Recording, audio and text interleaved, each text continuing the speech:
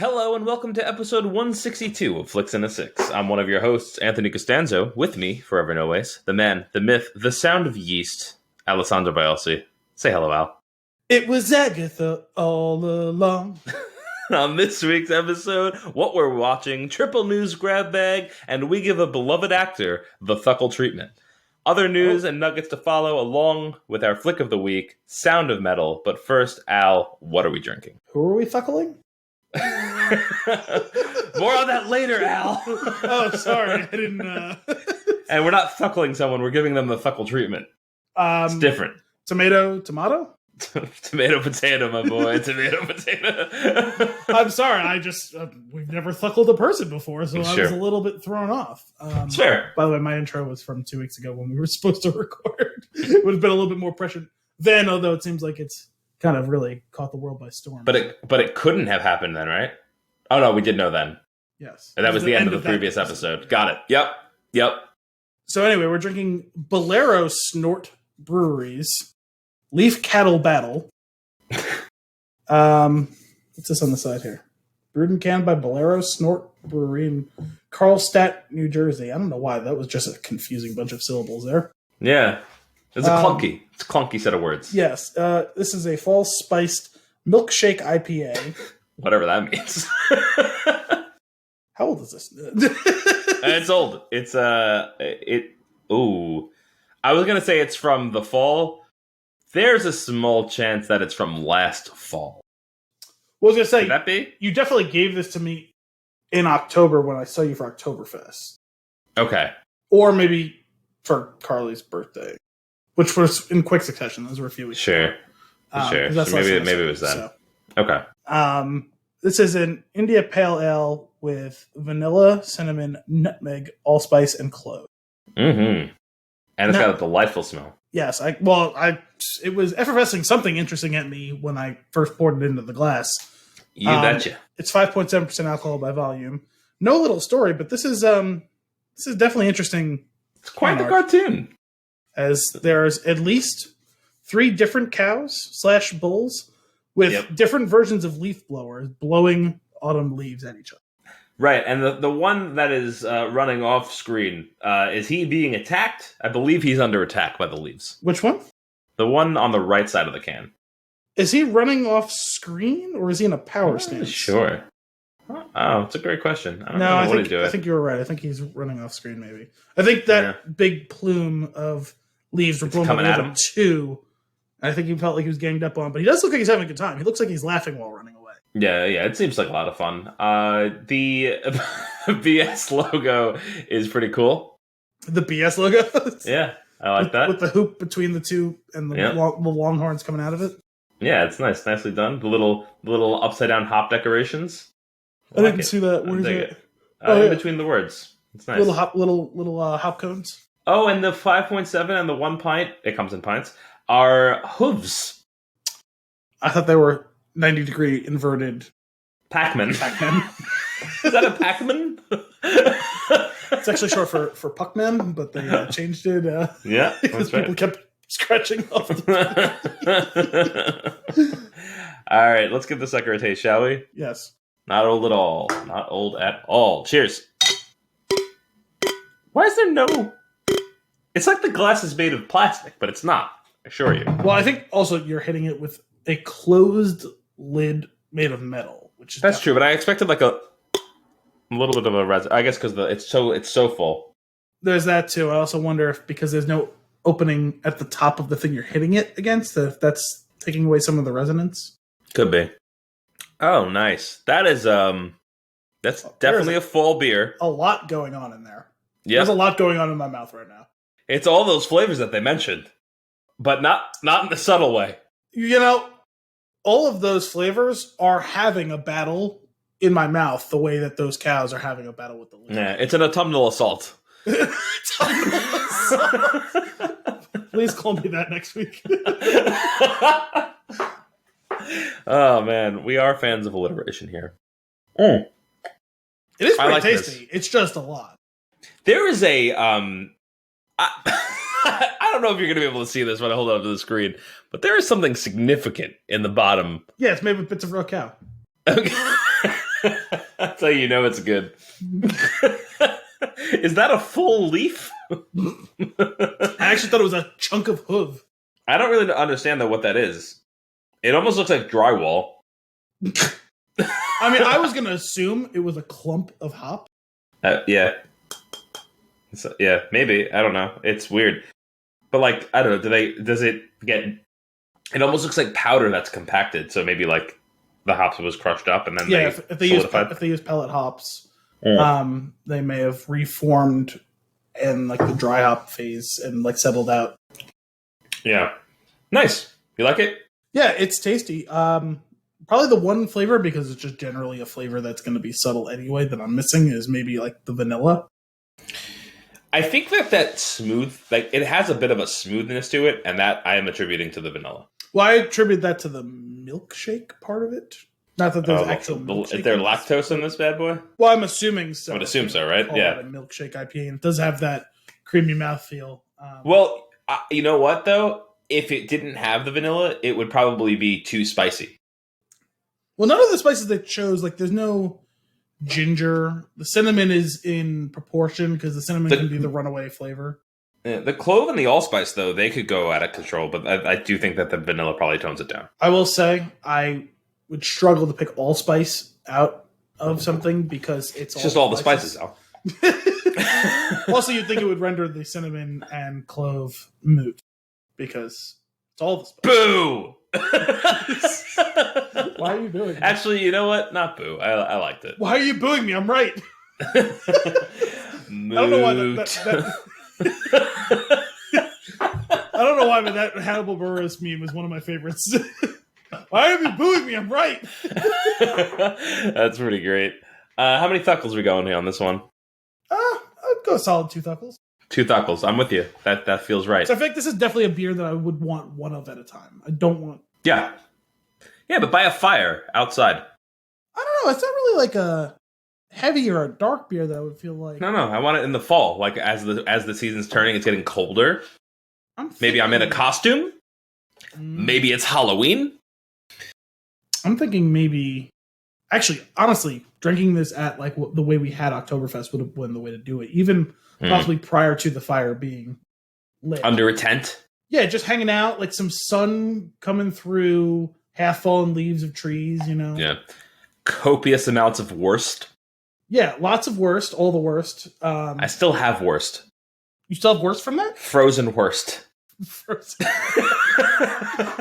I'm thinking, 55 degrees, sunny, sun getting ready to go down, but not going down yet. The fire hasn't been lit yet because it's not actually cold. Have one of these. You light the fire. You start to bundle. You light the cigar. You break out the whiskeys and such. After this, I'm in for that. Maybe German. That sounds really nice. Or something like that to go with it. Ooh. All right. Yeah, I would like. My first thought was like, oh, this kind of tastes like a pumpkin pie or something like that. But I don't think that would be too much if you had a pie that was of similar flavors. I don't think this. I think this could stand on its own. I think this is after the German beers and the worsts. You have one of these as you get ready for the evening. Sure, and the pretzels. We have to have pretzels. You could probably have pretzel and cheese with this. Yeah, I'd be down with that. Yeah, I'd be down with that. But that would be a post. That would be a post worst world. Yeah, typically, you have the beer cheese pretzels before the worst. But we could change it up. We could do what we want. It's true. It's fun.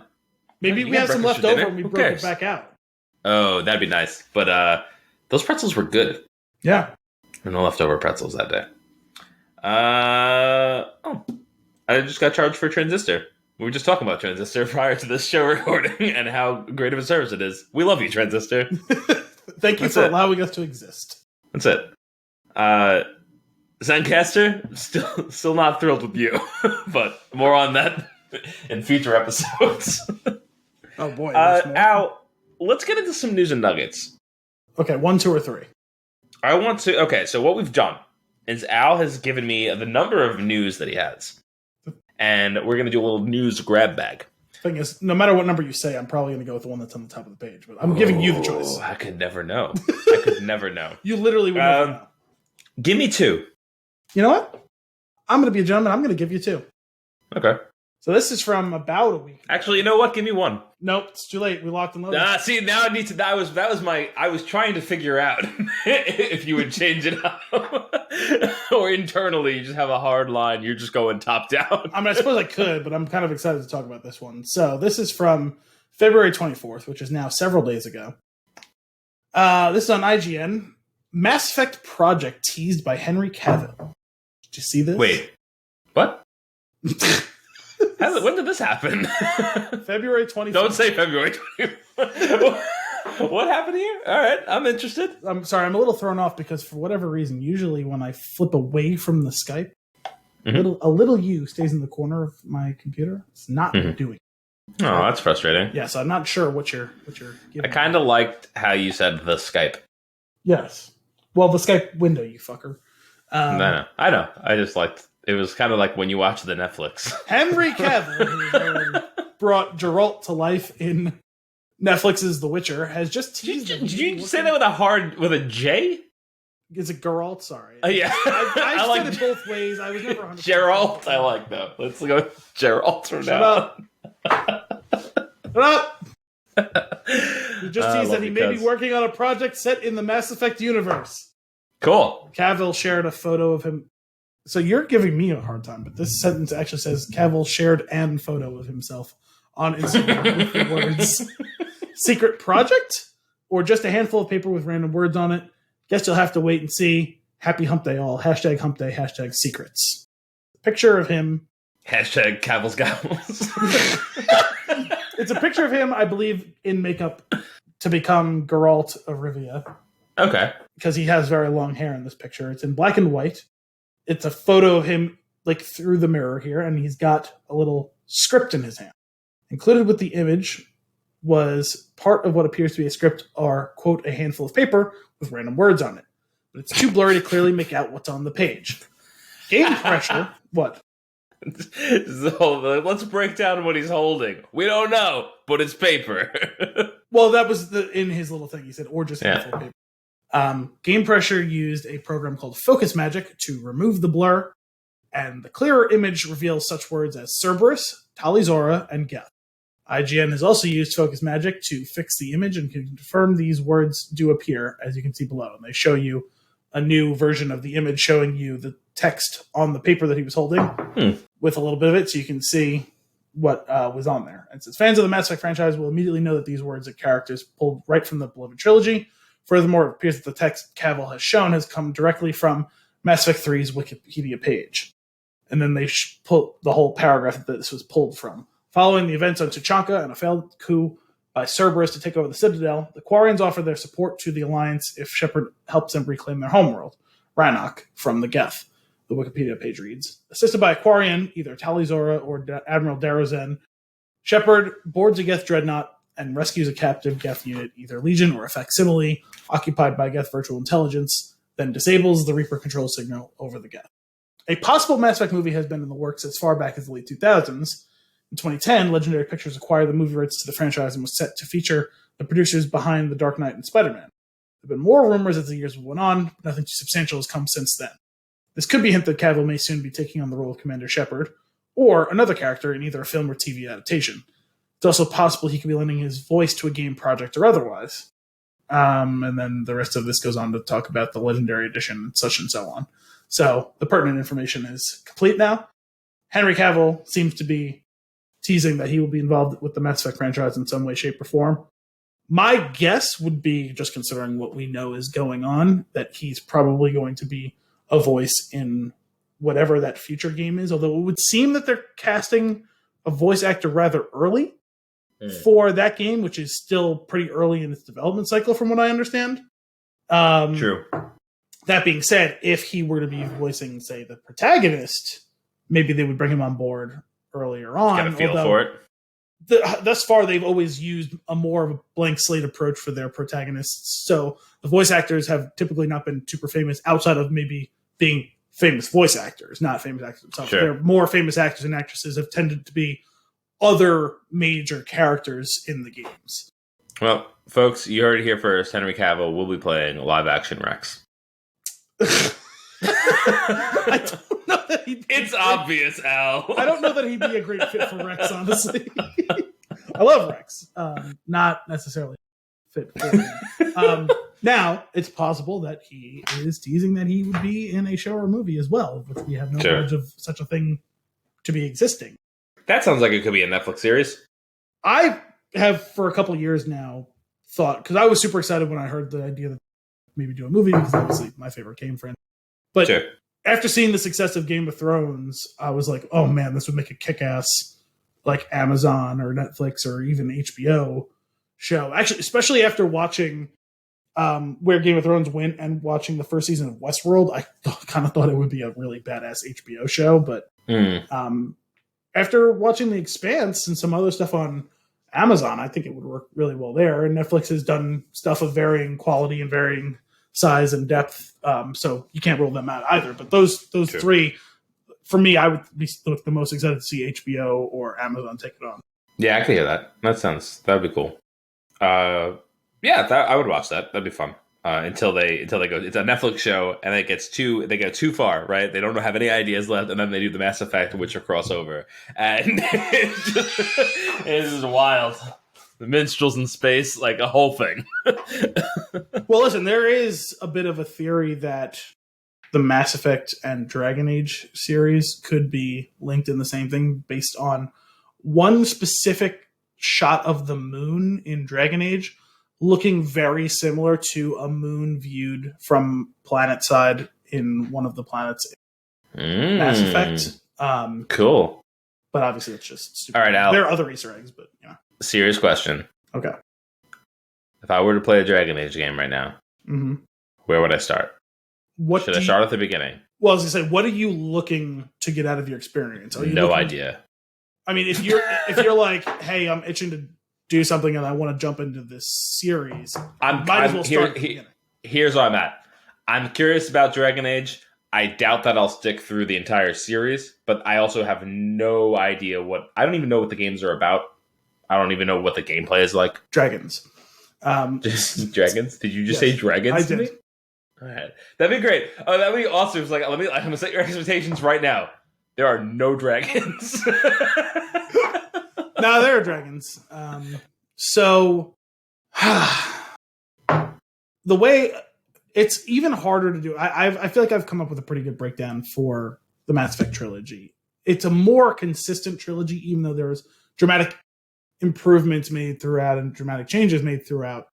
The way I always say them is the best pure story is 1, the best pure gameplay is 3, and the best mixture of the 2 is 2, which is why 2 is my favorite of the 3 games, right? Sure. In Dragon Age, I can't do it as cleanly as that. If I were to attempt to, I would say 1 has the best story, if not necessarily the most cohesive storytelling. Just because of it's what I thought was a fairly cool, unique thing. I'm sure they're not the only ones, or maybe even the first ones to do this sort of thing, where it's called Dragon Age Origins, and what they concern themselves with most importantly is your origin story. You can choose basically one of 6 backgrounds to But you're saying that's the first one? That's the first game, Dragon Age Origins. Oh. But is that first game timeline-wise or release-wise, or both? Both. Oh, for some reason I thought that came out later. No, Origins is the first of the Dragon Age games. Dragon Age 2 is predictably the second one. Dragon Age 2 is the second one? No, many thought so, but actually it's number 5. And because it's weird because they have 3 games and 2 of them have subtitles and one of them is 2. So the third one is Dragon Age Inquisition. Okay. So what I would say is 1 is the most ambitious of the stories. Okay. Overall, and like the most interesting and compelling of the stories, probably. 2, I just think is so much fun to play. Like the gameplay, I think they took a step back going, in part is because they changed game engines and there was the whole struggles with the Frostbite engine and all that going over to Inquisition. Inquisition's fine. It's a fun game to play.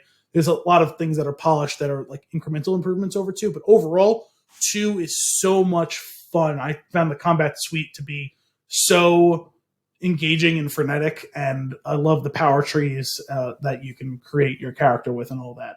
It also has Okay. the least of all of the RPG elements, though, as far as like customizing your armor of you and your team and all of that stuff. Mm-hmm. The other two have a much deeper suite of those things.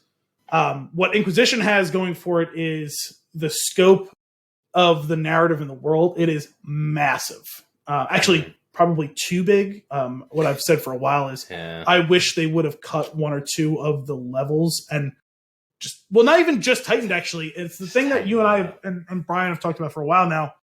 I'm tired of these worlds getting bigger. Make them feel realer.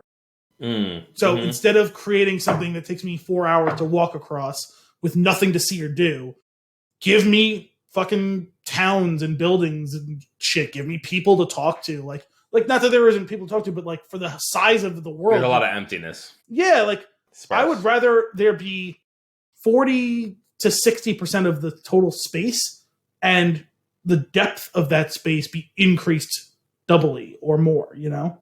Make it feel like I'm actually in a world, not just in some random fucking empty.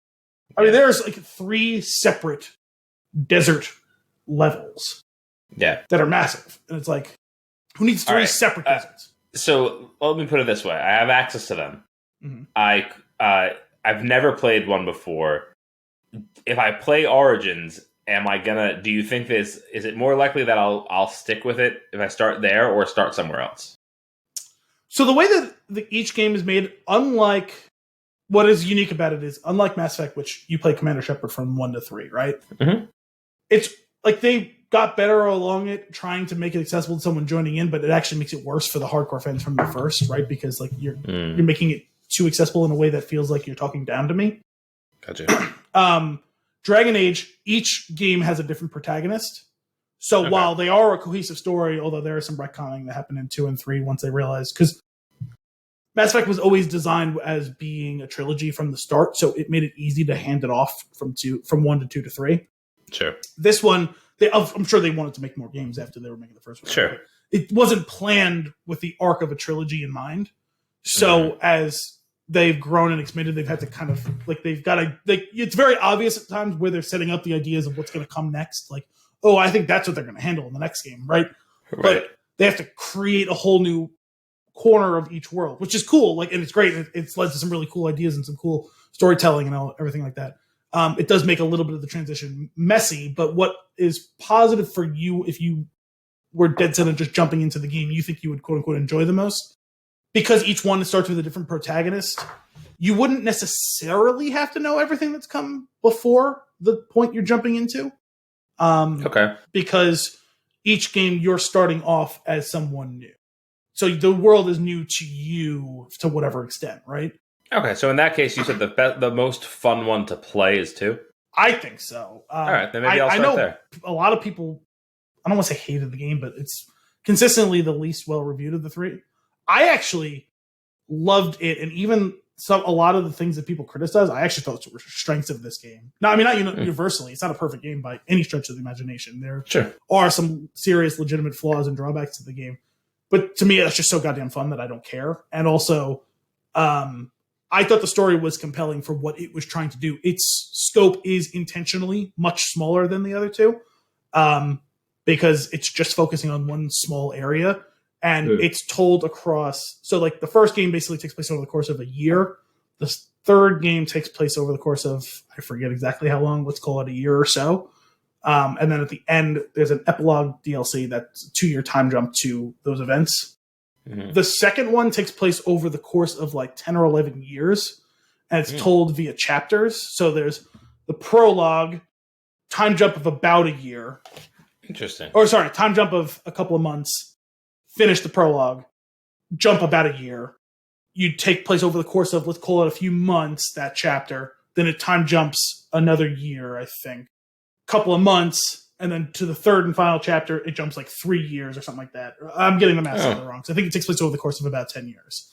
Cool. As one character, Hawk, comes from refugee to one of the most powerful people in this city-state in one small corner of the world. So sounds interesting. I think it's cool because you keep seeing the same.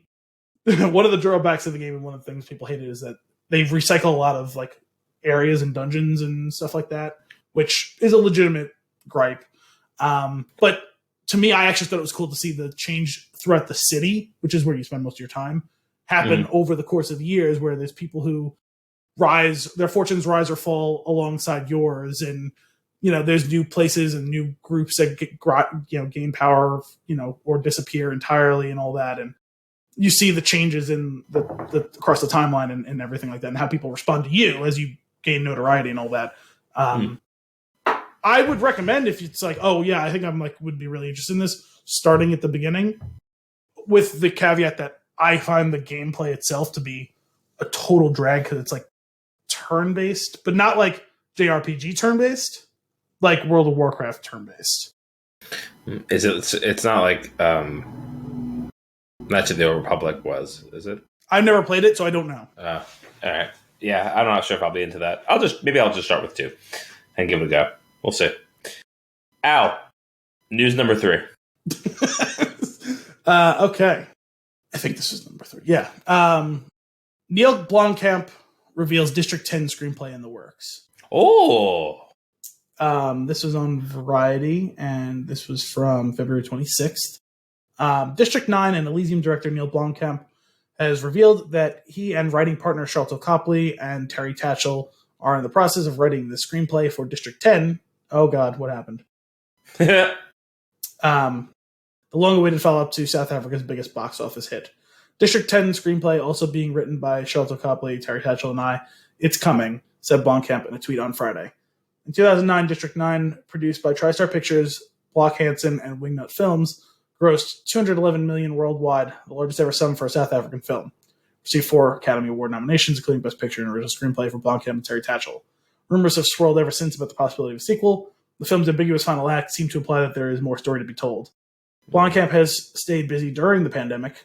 In addition to teaming with Copley and Tatchell on the sequel, he took advantage of downtime when his sci-fi thriller Inferno was briefly sidelined by the pandemic to shoot a horror film over the summer in British Columbia, Canada.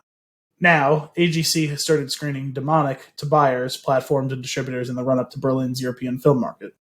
Blomkamp initially planned to shoot Inferno with Taylor Kitsch attached to star late 2019. The studios had boarded the project and agreed to fully finance and produce the film, but the pandemic upended those plans, so they turned their attention to Demonic.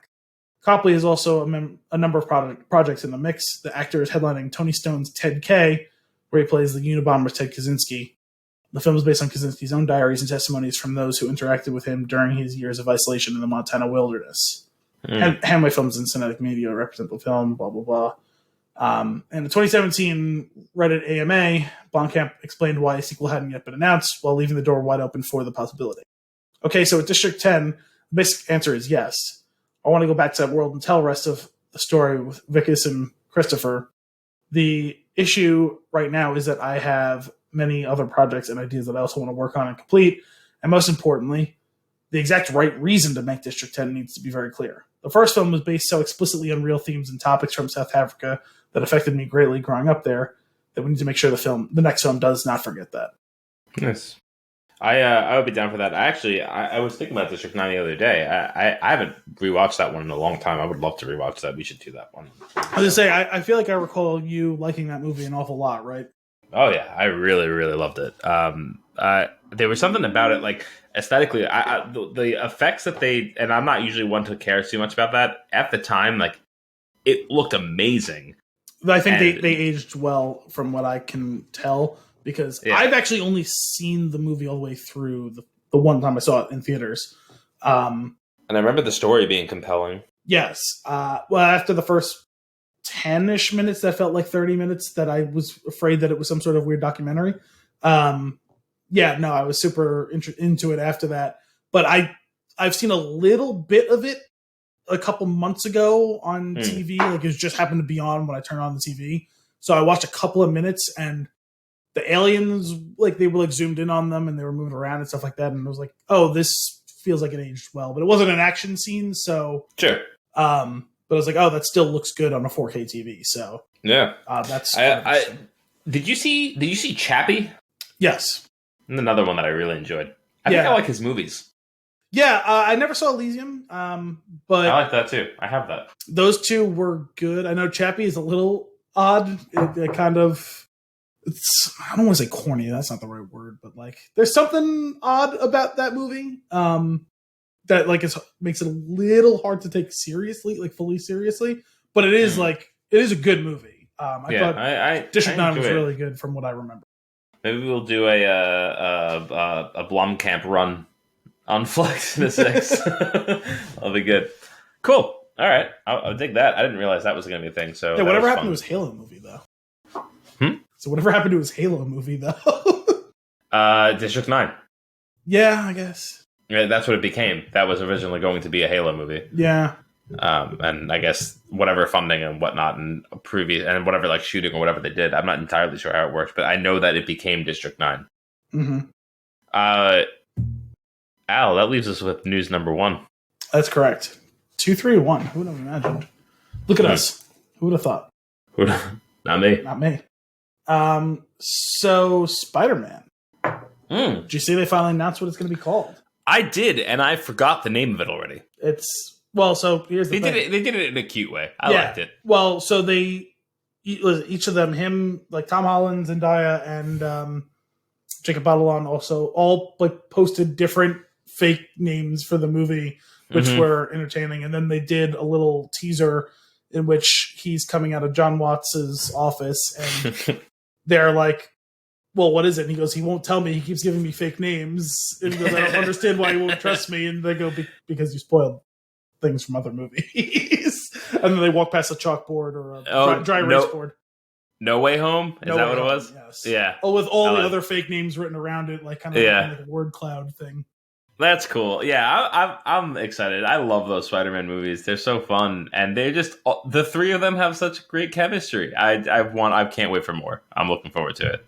Yep, I'm excited. It's cool to see. So, it was crazy to me is the turnaround. It's going to be later this year, pandemic allowing, which is crazy considering we basically technically had no Marvel last year after having arguably too much Marvel in the lead up to that per year, and now we're gonna get, we have one more episode of WandaVision, and then very soon after that they're gonna kick off the Winter Soldier and Falcon, and then somehow they're gonna cram the Black Widow and Eternals and Spider-Man all into the rest of the year, I guess. I guess, yeah. I mean, they could stretch it out, but whatever. Hey, man, I honestly, the lack of releases, I did think left some breathing room for something like WandaVision, where people are like really like focused in on it, which I am enjoying. Well, it's got a few things working for it, right? It's got, like you said, we basically cleansed the palette for a year of releases, and I think the episodic thing is working pretty well, the week by week, and it's pretty well done. And here's my barometer for this. I don't give a shit about Wanda or Vision, or at least I didn't prior to this show, despite the fact that they've been in a bunch of the big movies now that we like and enjoy, right? And I couldn't care less about either individual character. And now at the end of every episode, I want to know what happens to them next. Yeah, you're hanging on every thread that they leave dangling in front of you like that. It's so ridiculous. To me, that feels like a pretty good barometer for the fact that they're doing a good job with the show, because they're taking people I don't give a shit about and making me care. Yeah. Well, they're doing a really solid B-list thing where they're like, you're not really selling the movies, but we still have room for you. Yeah. Well, but it also means that like when you then tell me next year, oh, by the way, Wanda's going to be in Doctor Strange, I'm like, ooh, I wonder what that could be all about. You know what I mean? As opposed to, okay. Right.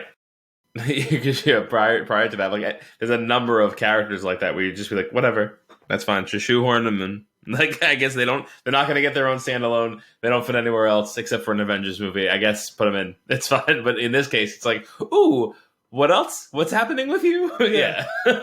So that's pretty cool.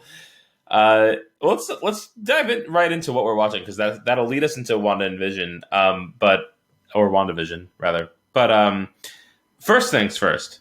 Kim is finally watching Parks and Recreation. She didn't watch it? No. Oh, I didn't know that. And I'm rewatching it for the first time in a very long time, and man, oh man, do I adore that show. But I got Krugered. Joe from the movie that we're going to do today is the head of animal control in Parks and Recreation. That's him? Yeah. I thought he looked a little bit familiar, but I didn't realize that was him. That's odd. Mm-hmm. You know, I looked him up very quickly too, and I guess I didn't scroll through well enough. Yeah. But that's interesting. That was funny. But Parks and Rec, that's going well. I love that show. It's so funny. This week we also watched the Golden Globes. Is that what we watched? Is that what the award show was? Yes, the Golden Globes. I have never given a shit about the Golden Globes. I've never been more detached from an award ceremony. Only because nothing was some of the TV shows, great because we had watched some, we were into it. None of the movies really did we watch, just because it's just been a weird year for movies, and it's, I don't know. Well, Sound of Metal was nominated, right? It was nominated. He was nominated. Riz Ahmed. I don't think the movie. I don't know if the movie was. Because it was maybe it was. It was my understanding that this has a decent amount of critical acclaim behind it, which would indicate to me that it should probably be. I know it's been like a festival darling because technically this movie came out actually I want to say on my birthday in 2019. You know, and it only got its actual release like a couple months ago. Right. And obviously it lost out on having the opportunity to be more like big con and all that in 2020 because pandemic. They haven't announced what the Oscar nominations are, right? Which is weird because it's March already. Yeah, I don't think so, or at least I haven't seen anything. I'm looking it up real quick. Best performance by an actor in a drama.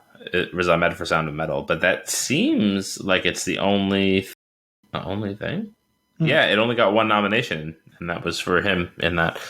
But anyway, we watched that. It was fun to see Tina Fey and Amy Poehler doing their thing because they cracked me up, and then also some tie-ins with Keenan was there for a couple things, which is really funny. He always cracks me up too.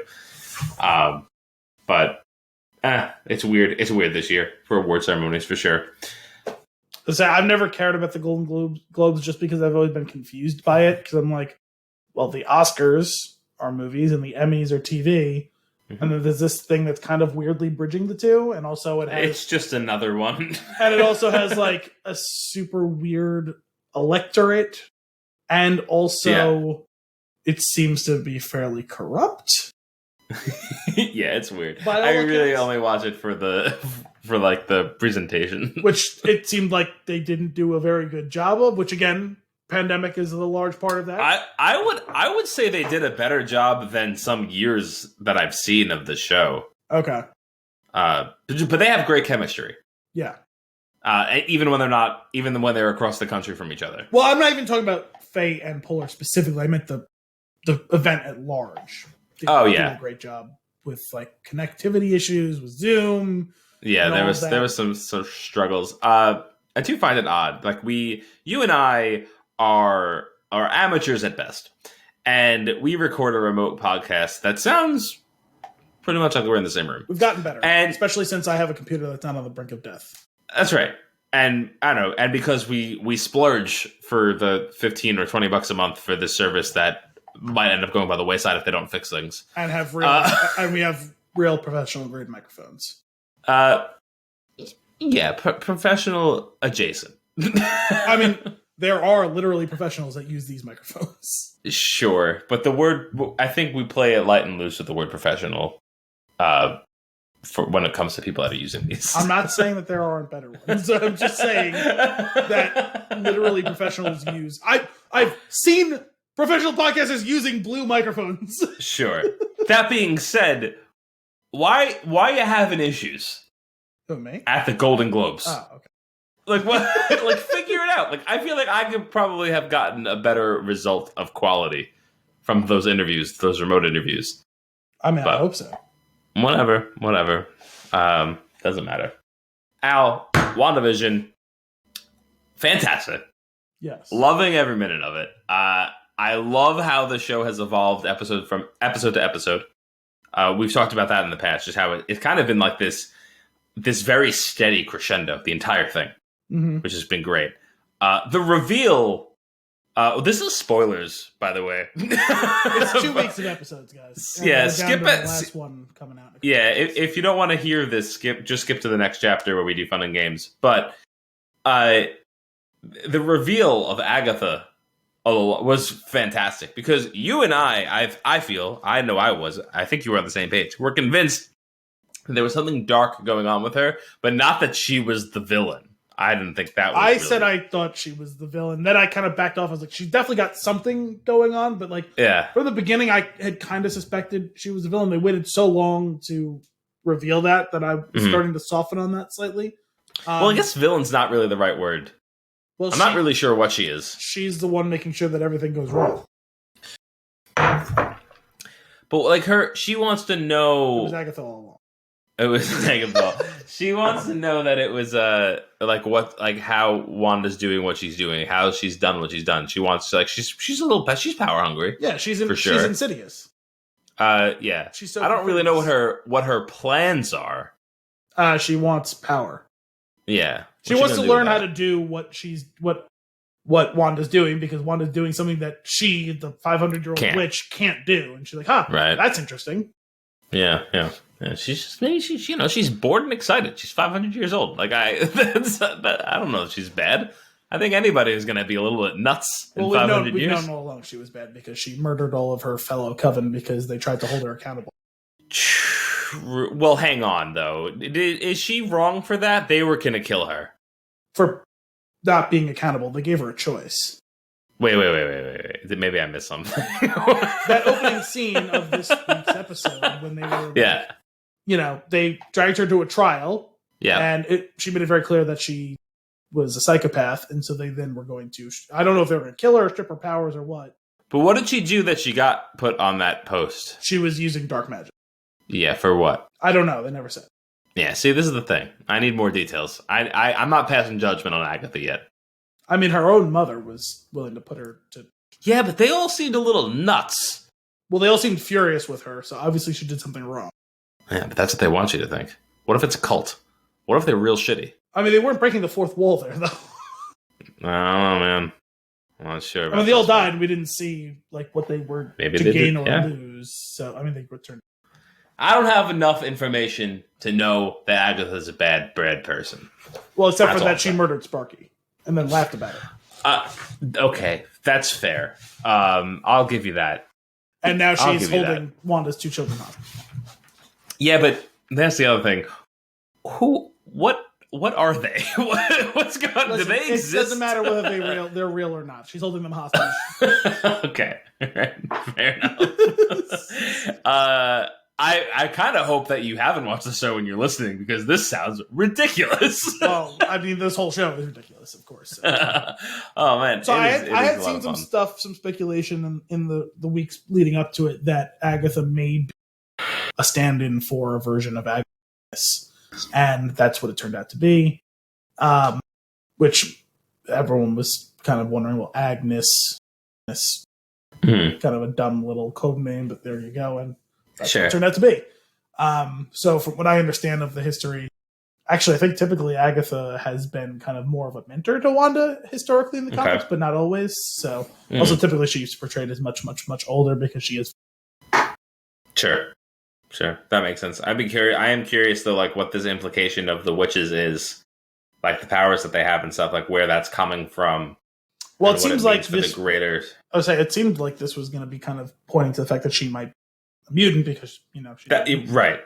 That was my guess, and that it seems like the stone actually may have just enhanced her powers rather than It seemed like a soft recon. It woke up something that was dormant. Yeah. Also, they showed some sort of being seemed to jump out of the stone. And that was weird. Seems to be maybe the Scarlet Witch, because it sounds like Scarlet Witch isn't just her title, but more like a title in the way that a presence of some kind. Like the way that Green Lantern is a title. Sure. Yeah, I don't know. This is really cool, though. I'm enjoying it, especially because I have no context for Wanda, backstory. I don't know anything about the characters, so this is pretty great. Yeah, and I know earlier you kind of balked at me saying that she's the villain because I know you're thinking, well, maybe it's probably more Hayward. There could be more than one villain, right?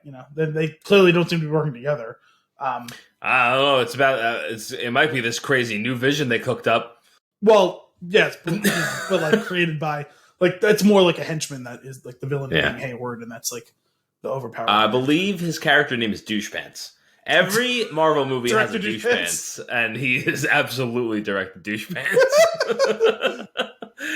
I'm really excited to see where this wraps up. I was starting to get panicky because when there was a post-credit scene, I was like, how many of these have I missed? And then I found out that it was only like the last 2 episodes. So I was like, okay, all right, I'm fine. Also, interesting that we went through this whole episode without seeing Monica. Right. Or Pietro. Right. I forgot about them. Pietro. There's a lot going on there. That's right. Because it's also you had said it early on. I hadn't noticed it until the last couple where I was like, ooh, I just want like 5 more minutes. Like just give me like 5, maybe 10. 5 more minutes would be great.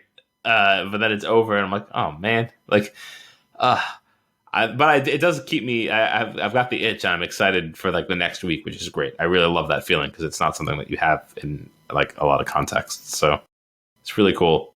Any theories? Well, we're gonna get this white vision. What are we calling this? Albino vision. Albino vision. It's Vision, but he's like from the Da Vinci Code.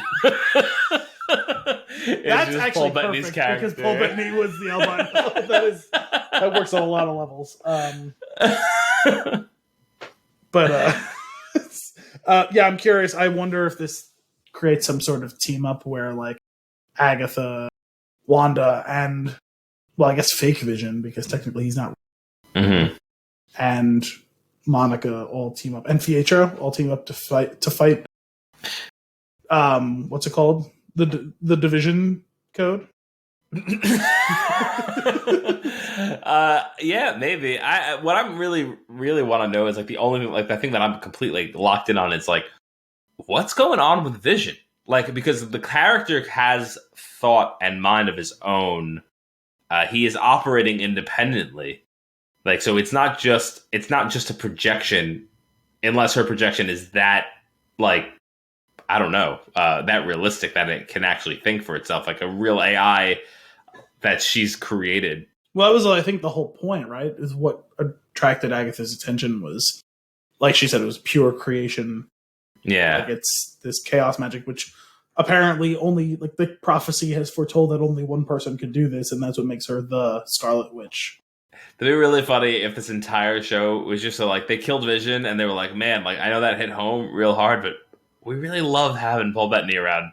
Like let's do this show where he's kind of fake or not, and then let's find a way to just bring him back from the dead. And then even just in this limited run would be something, right? Yeah. Which it has been. Right.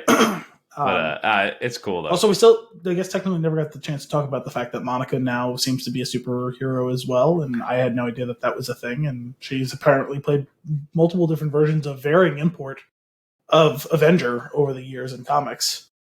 I actually don't know anything about what's going on with her yet. I don't fully follow what's happening. Well, she has powers for re-entering the Hex for the 13th time or whatever, and she can see electrical fields. She's been rewritten. Yeah. So from what I understand, I think people said that they think that this is like this version of the character where she was, I think the hero is called Spectrum, which had all sorts of electrical powers and stuff like that, because she seemed to, be able to do electrical things and see electrical fields and all that. Also, she did a superhero landing after Wanda was messing around with her in the sky. Mm-hmm. Mm-hmm. Yeah. I guess we'll probably get... I feel like we'll get a little bit more about her, or maybe a name or a hint at what exactly who she'll have been from history. Like going forward, that'll probably be like the post-credit scene of the finale. I would say it would seem definitely to be tipping off that she could be a character in Captain Marvel 2. Sure. Which would make sense. Mm-hmm. I could see that. Man, I'm excited. I'm pumped. I can't wait to see this finale. I feel like they're going to do... Oh, I am curious. Do you know anything... Do we know anything about the runtime of the finale? Is it going to be any longer? I would think so, but I don't know. I'd hope so. Like an hour? Nice, I don't know if they'll go full hour, but like they could... 40 minutes? So I said, why not bump it to 40 or so? Yeah, give me something. Give me something. Give me more. I came from... I was like, oh, we can take a break. Give me more. WandaVision. Yeah, I'll get around to that to like, fucking singing... Like finger snapping. It was Agatha all along. Yeah. Quick aside. Yesterday, I was working on I was trying to upgrade a dependency in a project at work. I'm not going to go too deep into what that entails, but I was trying to do that. And I was running into a wall. And I could not figure out what the problem was.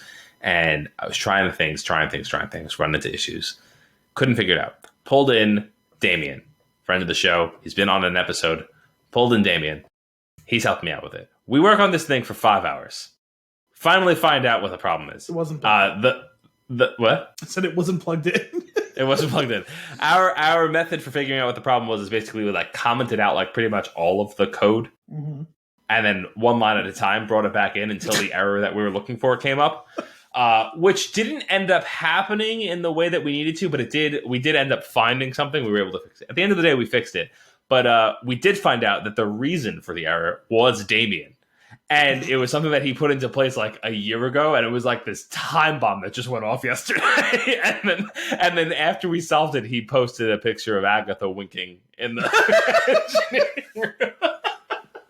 I mean, seriously, we have just one small bit of appreciation for how ridiculous Catherine Hahn's been this entire time. Oh, she's so fantastic.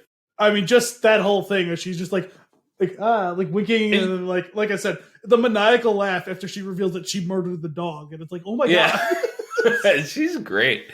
I'm telling you, keep an eye out for that one, Vince Gilligan style. Yes, let's get her in some more dramatic roles.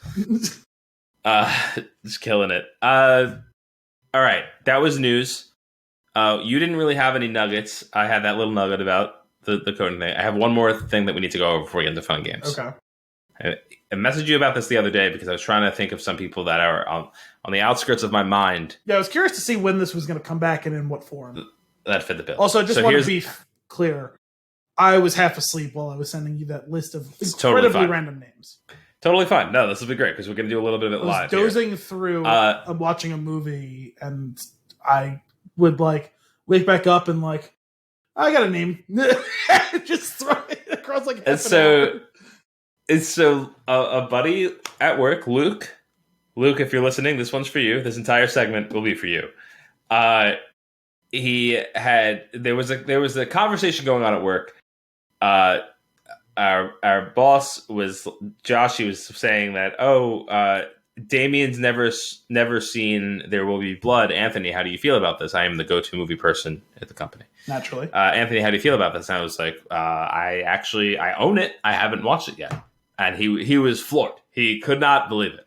And then somebody said, then Luke, I think, said something about Daniel Day-Lewis. And I was like, I know it's an unpopular opinion. I was like, but I have thoughts on that as well. and then he was like, I am unsubscribing from the show.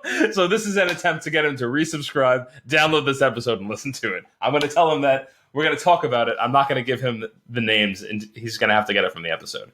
Here was my point. My whole thing. Daniel Day-Lewis is by no means a bad actor.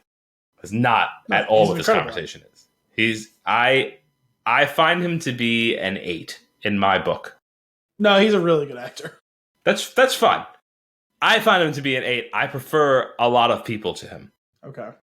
And I started to. Well, could you ask me for your favorite or actors? I think if I remember the way you phrased the question was, give me some actors that I like, meaning you, Anthony, that aren't obvious. Which was the first struggle for me was because I came up with 10 names. I was like, but no, I know he likes all these people. Nobody's gonna forget that. I don't have to tell you Jim Carrey. Jim Carrey is one of your favorite actors. He always has. Sure. Arnold Schwarzenegger. Sure. I was trying to see if you would spark something that I didn't have on my list. We didn't really hit anybody. You mentioned some that are definitely on there. Yeah. But these are people that I think that I think Daniel Day-Lewis is a good actor. These are people that I prefer. Well, it's favorite is not necessarily the same conversation as best either. I I don't think that. Okay, so Daniel Day-Lewis really dives into a role. Totally respect it, right? And he pulls off that. He pulls off that method actor very well, where he really. Which is what I'm getting at is like the quality of his acting. There are maybe some people who are in the same conversation as him, but I don't know anyone like fully necessarily transcends him. But that doesn't mean it's someone like anytime he's in a role, it's going to draw you to want to see it per se. Well, yeah, I don't necessarily think that that's the. I do think that what he does, that dramatic role that he does, I do think that while he seems to fully embody the character that he's playing, it doesn't show. To me, it hasn't showed a lot of depth, or not depth, a lot of range.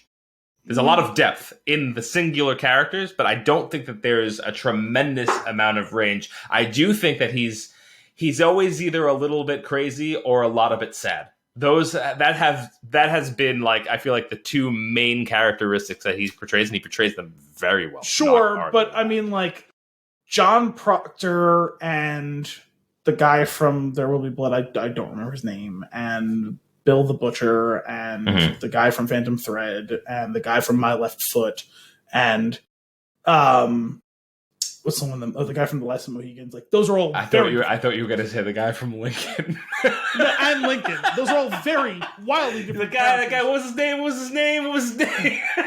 Wildly different characters with wildly different aspects. Not to say that they don't have overlap, but those are all distinctly different characters. They're like, sure, like he's never gone and done like straight comedy or anything, but sure, that's not the only version of range there. Like those characters I just mentioned, and it's not all of his filmography, but it's most of his biggest, most important roles, all of the ones that he's been nominated or won for. So that's a pretty impressive range. And I'm not saying that there haven't been other people who have maybe done even wilder off the board things per se, but like you'd have to get outside of drama to do that.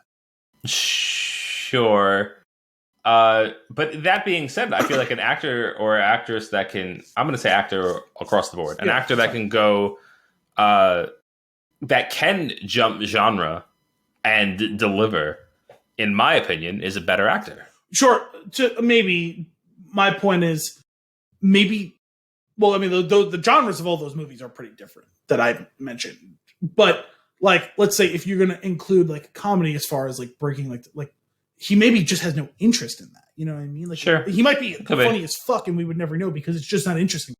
That's fair. Like, because like Meryl Streep will go full dark, deep drama, but she'll do something light and fun. But obviously she enjoys doing that. You know what I mean? It doesn't necessarily make her a better actress, even though she's an incredible actress. She may be the greatest actress of all time. Sure. I mean, well, there's no actual way that you could say that about anybody, right? Because it is all, at the end of the day, this is all opinion. My whole point was that for me, I think Daniel Day-Lewis is a very good actor, but I think he's an 8. And I was starting to write a list of people that I would have to hear what you would say as a 10 to evaluate that, you know? Sure. I would have to, the list of people that I made, are in the 8 to 10 range. Because, like, for me, like, I wouldn't put Daniel Day-Lewis anywhere near my favorite actors. But if you ask me who I think the best actors are, he's going to be at or very near the top of the list.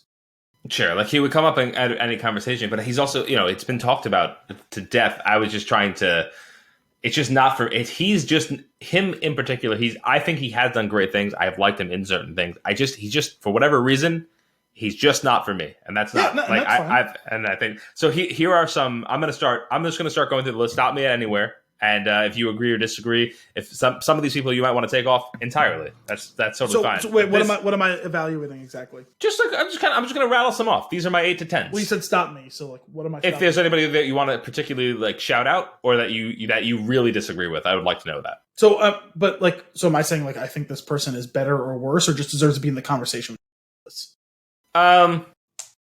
I guess just deserves to be in the conversation because, again, like I think ranking them is a fool's errand. Like sure. I just think these are people that say there are other people you think deserve to be in the conversation with him. I think I would be hard pressed to buy anyone over him. Okay, that's fair. I wonder if I'll be able to win you over with a second one on this list. Well, I'll say number one. Before you get started, of the list of names that I gave you haphazardly half asleep, the name that I thought there's a chance you had him on your list, but maybe would have overlooked him, which was the whole point of the exercise. And I knew you were both going to A, like, and B, respect the actor is Hugo. So I know he's going to he is on the list. I think that he's a tremendous actor. I think that he does ridiculous things. Yes, and I know that you particularly like him. I just didn't know. Like, I was wondering when I said the name, I was like, ooh, this has a chance to be one that he overlooked. Yeah, that's totally fair. I love Hugo Weaving. Yes. I think he's great. And I do think that, like, long you want to talk range, since literally our like, first episode that we love. We both love he can be all over the place and deliver a 10 out of 10 performance. It's just bananas. He's fantastic. I have on here this one. I could totally understand if folks would disagree with it. But for me, like, I think Heath Ledger is fantastic. I mean, most people really respect him, if for nothing else than the role in the Joker. Sure, but I don't know. We did A Knight's Tale the other day, and to put those performances to like that. I mean, he delivers. He is. I mean, he's even good in The Patriot. Like, yeah. Oh my god, great movie. But like, I wouldn't have been like, oh, like amazing, but like good, very good. You know? Yeah. Okay, that's fair. So to me, I think he has one singular performance, and then just like a strong, unfortunately small body of work, but it's one singular performance. So like, I'm not going to put him in the conversation with Daniel Day-Lewis just because, like, I think you got to do it more than one time of noteworthy like achievement.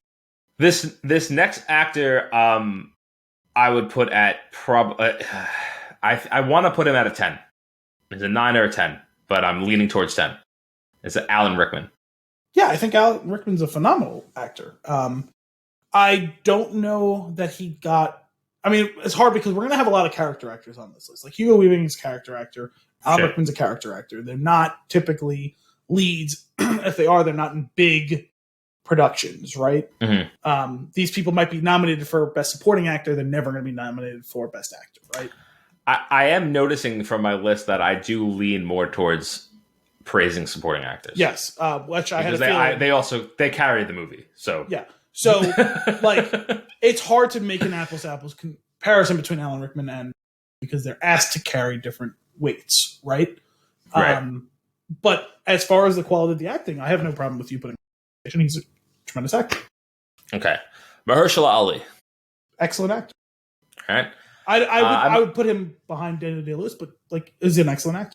Okay, Andrew Scott. I'm not sure if you know who he is. He's the guy who was in Fleabag and he was in Dunkirk in that little role in the beginning. Dunkirk? Not Dunkirk. 1917. Yeah, wrong movie. I think he's tremendous of him, obviously, but other than 1917, I've never actually. Okay, that's fair. Steve Carell.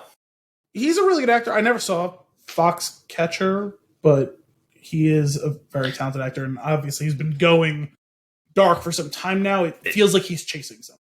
Yeah, I if you need any more proof for him, you watch The Morning Show, and my goodness. Well, I know he was in Space Force, which is a comedy, obviously, but like it does feel like he's really been chasing something for the last. Like, he's definitely got those Gilligan vibes. He's a comedian that could really deliver a dramatic role. On the same note, Reese Witherspoon, I really like. You know, I hear a lot of people say that, and I'm like, I just haven't seen her in anything. Like, I always just think of her as Legally Blonde, and it's like that's probably not fair to her because she's been in a lot of other things. I just haven't seen them. So I would suggest... Not that I've seen Legally Blonde, but like I've seen clips of it, obviously. It's a super famous... I think we're going to have to get you a way to watch The Morning Show, but also Little Fires Everywhere. Yeah, I didn't see it, but I remember everyone talking about it when it was on. So, and this is great because these are all leading into each other. Speaking of Little Fires Everywhere, I also have Kerry Washington in this. I think she's amazing. It's funny because to me, she's like... I always think of her from the Fantastic Four, where she plays... what's his name's girlfriend in that, and like I never would have thought from just seeing like random actress in that movie, like, oh, she's gonna become an acclaimed actress. And I know what was the show she was on? Was it Scandal? Was that the one? Yeah. I know that she's become very well regarded. I just don't. It's incomplete for me because I just haven't seen her in anything that she's been fair enough well acclaimed for. Next one on my list is probably it's definitely a close to the top, maybe one of my favorites. Unfortunately, I do need to see more of his work, but from what I've seen, I've loved every minute of it, and that's Sam Rockwell. He's a good actor. When you're talking about range, he does have range. He will do a decent amount of comedy. He flirts with the line in The Green Mile. I was actually just watching a bit of that the other day. He flirts with the line from Tropic Thunder about never go full that in that role, and he's just barely on the right side of it to not be full like camp in that regards. But yeah, I mean he's got some interesting like credentials. Again, more of a character actor, I guess, or at least not a leading man. Sure. But a talented actor. I don't know that I would. Some of it's too cheesy and campy, so I don't know if I would put him in the Daniel Day conversation. But he is a very good actor. I love his performances. I've got Jennifer Lawrence on the list. It's funny because I haven't really seen her flex that muscle in a few years. But it's been a while. She definitely got off to a hot start. Yeah, she's a good actress. Alan Tudyk. I love Alan Tudyk. He's on the list. You actually mentioned super him. Character though, because like half his stuff is voice work. Catherine Hahn is also on my list. When you're going more towards the comedy end, yeah, she a very J.K. Simmons. See, now is where you're getting into the you've got the Rickman, the Weaving, the oh my god, I just drew a blank even though you just said his name 2 seconds ago. So who did you just say? Rockwell? No. Literally, who are we talking about right now? J.K. Simmons? Yeah, sorry. Simmons and Defoe, like all of those guys are like, I imagine Defoe might be on that list as well. I actually forgot about Defoe. He's the one I find him. I did think about him. I didn't put him on because I do think he's very good, but he is also, he does play the same guy a lot. Like more often, I feel like, than. Well, the funny thing is that there's portions of that catalog that are wildly different than when you think of like kind of the crazy Defoe, like sure, whether it be in Platoon or I forget what the name of the movie is, but when he plays Jesus, yeah, what was that? I forget what it's called. Is it Last Temptation? Yes, The Last Temptation. Yeah. So yeah, I kind of view those guys as like a similar grouping off to the side because they are the character actors. You know, like your Weavings, your Rickmans, your Defoes, your Simmons, like those guys, super, super talented actors, just not often asked. Maybe actually of all of them, like Defoe is asked most often to be more of a leading man, and even still not much with him. So I just had someone flesh. Oh, the guy who broke out of that mold, who I'm going to throw on there, who I'm sure is on your list, and if you want to put him in the conversation with Daniel Day-Lewis, absolutely, is Gary Oldman. Yeah, he is absolutely on the list. Gary Oldman kills. Because I would have viewed him more as the character guy, but he's broken that mold a bit to be a bit closer to, not like the leading man in like the traditional sense, but in the sense that like, oh, it's a Gary Oldman movie, right? Like it's a Daniel Day-Lewis movie. I'm just now all I can do is picture him in Fifth Element. Oscar Isaac. He's working his way there. I know he's not there yet, but he's on his way. I know he's not like young in the way I want to say like, oh, like he's young, but like as far as like his like star, his catalog, it's still he's building that portfolio. But even him, well, actually, he kind of falls a little bit prey to your range argument, but that's actually fair. But what he has done within not a super limited range, but not a broad one either. And I guess they let him flesh a little bit of his comedic role in the Star Wars stuff. But between... Who talks first? Was that? Talk first? I'll talk first? between elevating weak material in Star Wars, between a really strong random like historical thing and Show Me a Hero. I've still not gotten a chance to see Inside Llewyn Davis, but obviously I've heard he did a great job in that. I think he was nominated. I know the movie was nominated. I think so, yeah. His bit in Annihilation's good. His bit in Ex Machina is great. So I'm a big Oscar Isaac fan. But I just don't think he has the portfolio. Where do you stand on Denzel? He's an interesting one because he's done a great job, but he doesn't have a ton of great movies. Yeah, it's weird, right? It's weird for such a good actor who's so famous, who's been in so many things. Like, a lot of good things, but not much great. Yeah. Like, it's Training Day, which I never even have gotten to see, unfortunately. Man on Fire. Man on Fire, tremendous movie, tremendous performance. Yeah. But that's, like, to me, like, those two movies are, like, it. What about Remember the Titans? It's good. It's a bit schlocky. Like, not actually, that's not schlocky. That's but not fair. It's just very of its time and very... sure. I think his classic performance movie, like, stands out. What's that? Though. His performance in that movie stands out, though. Oh, yeah. No, he does a good job. But, like, there's a limiting factor with that movie. Sure. You know? And, like, a lot of the movies I think of when I think, like, oh, like, Denzel, like, Inside Man, really solid movie. Good performance. But, like, you're not holding that up against anyone as an all-timer. Like, I enjoy... Out of Time, is that the name of the movie? I always forget the name of it. Well, with him and Eva Mendes. He's a cop in the Florida Keys. Like, it's a fun, entertaining movie. It's not a great movie. It's not a great performance, but it's a good Denzel, like, workman performance. Yeah. Oh, I just looked him up real quick to find out the movie that you were talking about, and Book of Eli popped up. I forgot how much I liked that movie. I know, everyone loved that movie. I never actually saw it. And, like, you're not, like, putting, like, was it Crimson Tide? Is that the one, the submarine movie? Like, good movie. But, like, not something you're going to hold up. Bradley Cooper. Very good. I don't know. There's just always something about him that's kind of like he's a very, very good actor. I would put him in a like, let's call it second tier. I was going to say, there's something, I think he's very good. He's not one note, but he might be two note. is where I was like landing on it. I couldn't figure it out. For some reason, I just get this, like, aura of, like, try hard from him. Like, well, like, he is a good actor, like a very good one, but, like, I don't view him as, like, a great actor. Like, I never saw A Star Is Born, but, like, I've seen enough of the clips, I've seen the song and all that, and, like, I don't know. Maybe I'm not being fair to him, but, like, there's nothing wrong with being really, really good and not being called great, right? Yeah. Wait, sorry. I lost my list for a second there. Okay, I'm going to give you... Oh, this one's funny. I actually have on here, with an asterisk, Armie Hammer. Oh. Like, I'm not sure if I'm allowed to like him anymore. I think we should just steer clear of him. All right. Unless we're talking about Ord, we're just going to steer clear. All right. So, all right, we're moving past him.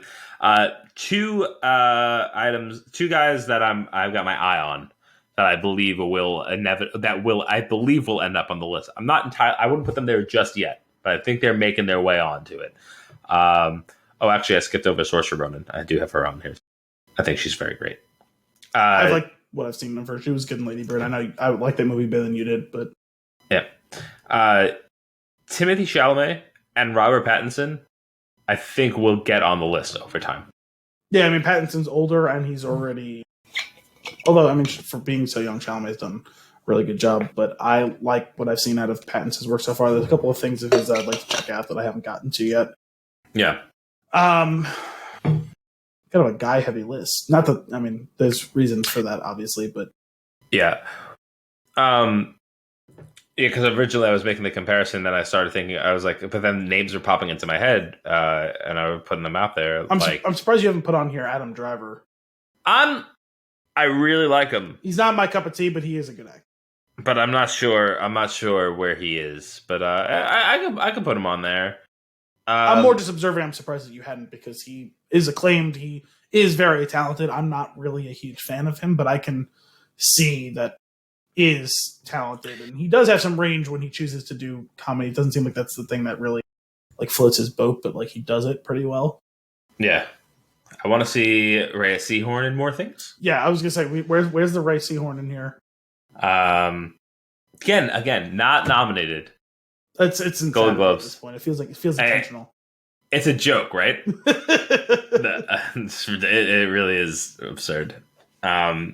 But yeah, I don't know. Just some things I was thinking about. Like, for me personally, I would much rather watch a movie with any of those folks than they come. I'd be more if you put two movies side by side. I feel like if I'm going on like the bill alone, I'm picking them over a movie with Daniel. Can I lob in 4 actors and actresses, all from The Americans, who deserve to be on the sure. list that put them haven't in. been mentioned? What do you got? 2 of them leading characters, 2 of them more character actors. At least that's been my experience with them. One of them, I don't know. I might have a blind spot years ago, or maybe he was more of a leading man. I don't know. But as far as the character actors and actresses, it's Frank Langella. And, yeah. And character actress Margot Martindale. She is tremendous. And also the 2 leads, Matthew Reese and Kerry Russell. Yeah, I haven't seen. I really like Kerry Russell in what I've seen, but I haven't seen her in a lot. She's really, really good. Yeah. So weird that you didn't have Tom Hanks on this list. So then there were people. I feel like when I was writing the list, I was leaving obvious people off of it, and then I started putting some of them onto it, and I probably should have went back. But yeah, Tom Hanks. I actually didn't have Denzel on the list, but I feel like he should be on the list. I didn't have Meryl Streep on the list, but I feel like she's like a no, like it's an obvious one, like not a 10, an 11, like kind of thing. Yeah. But yeah. Who else were you thinking? I don't know. Noticeable absences. I'm trying to kick through now. So I added my 4 Americans. I mean, what's his name? He's really become an incredible actor. Peter Dinklage. Yeah, he is great. What about either of the Mickelsons? I feel like they play a similar character. Yeah, I mean, Lars hasn't been given a lot of meteor roles. Stragable. Unlike Mads. I think Mads Mikkelsen is incredible, and if we want to go into the Hannibal stuff, Hugh Dancy and oh yeah, he is good. Hugh Dancy and Mads Mikkelsen both deserve, and actually I forget, I don't know how to pronounce her name. It's Carolyn Daverness or something like that. She was Dr. Alana Bloom on that show. She was really, really strong. That's the only thing I've seen her in, though. So the 3 of them are all pretty incredible. You didn't mention Philip Seymour Hoffman. I'm guessing you would have had Jim Carrey on there of your like main list of guys that. Yeah, the thing, he's one of those ones though where I feel like there is something I like him a lot, but I could understand other people not. But I think that whether you like him or not, it's unquestionable how talented he is, because he's like, unlike someone like Adam Sandler, who has done okay in his dipping in his toe of the dramatic roles. Like Carrey is really well regarded for playing Andy Kaufman, which I know he's a comedian, but like that role he was in was a dramatic role, right? Crazy movie. I never saw it, but I mean, then something like Eternal Sunshine of the Spotless Mind, which you liked better than I did, I think, when we did that for the show. I wasn't a huge No, I'm pretty sure that I remembered liking it a lot, and then when we did it, I was very disappointed. Okay. I couldn't remember. I watched it, and by the end, I was like, that wasn't good. I remember being excited to see it and being disappointed by it. Yeah, that's fair. Actually, just kind of jumping through that movie for a minute, Kirsten Dunst is a really good actress. Yeah. And you could probably follow that rabbit hole to find a whole slew of people who deserve to be on this list from Fargo, including Jesse Plemons, who the 2 of them played a couple on that. And they're oh my god, in real life that a couple guy now. Is so creepy in so many things, and then so funny in so many things. Jesse Plemons in, what was that, Game Night? Mm-hmm. He was out of his mind in that movie. But there's a million people in that show who are, like, honestly, to this point, too many to like name. But like, Martin Freeman's really good. Oh, I love him. Yeah, I forgot to put him on my list. Ewan McGregor and Mary Elizabeth Winstead. What's his name? David Thewlis. Oh, obviously. Hayden Christensen. Not on Fargo, not a good actor. I had to. I'm sorry. Asshole. I just had someone, and I lost. Where'd they go? Yeah. Where did they go? What do I do? Yeah, no. Fuck. Al, why don't you rattle off the last few that you sent me, and we'll wrap this up, just in case we missed anybody. Sure. So this is my awkward stream of consciousness from when I'm half asleep, and you'll be able to see them all botched together here. But Ray Seahorn, Gary Oldman, Hugo Weaving, Oscar Isaac, Pedro Pascal, Carl Weathers, Jim Broadbent, Alan Tudyk, Tom Hiddleston, who's great, Charlize Theron, Natalie Portman, Cynthia Erivo, and Tom Holland. And Ewan McGregor, Jeremy Irons, and Margot Robbie. Yeah, there's some solid names on there. All people I would prefer to watch, personally. Let's get into some fun and games. We've rambled on long enough, I think. If you insist. All right. Al, for this week's fun and games, I've got a music-related one. If I can find it, that would be great. Which metal band matches your personality? Ooh, interesting. Okay. I wouldn't say that I'm necessarily super into metal, although I do like some acts that are like very hard rock. It can be hard to kind of draw the line sometimes for me. All right.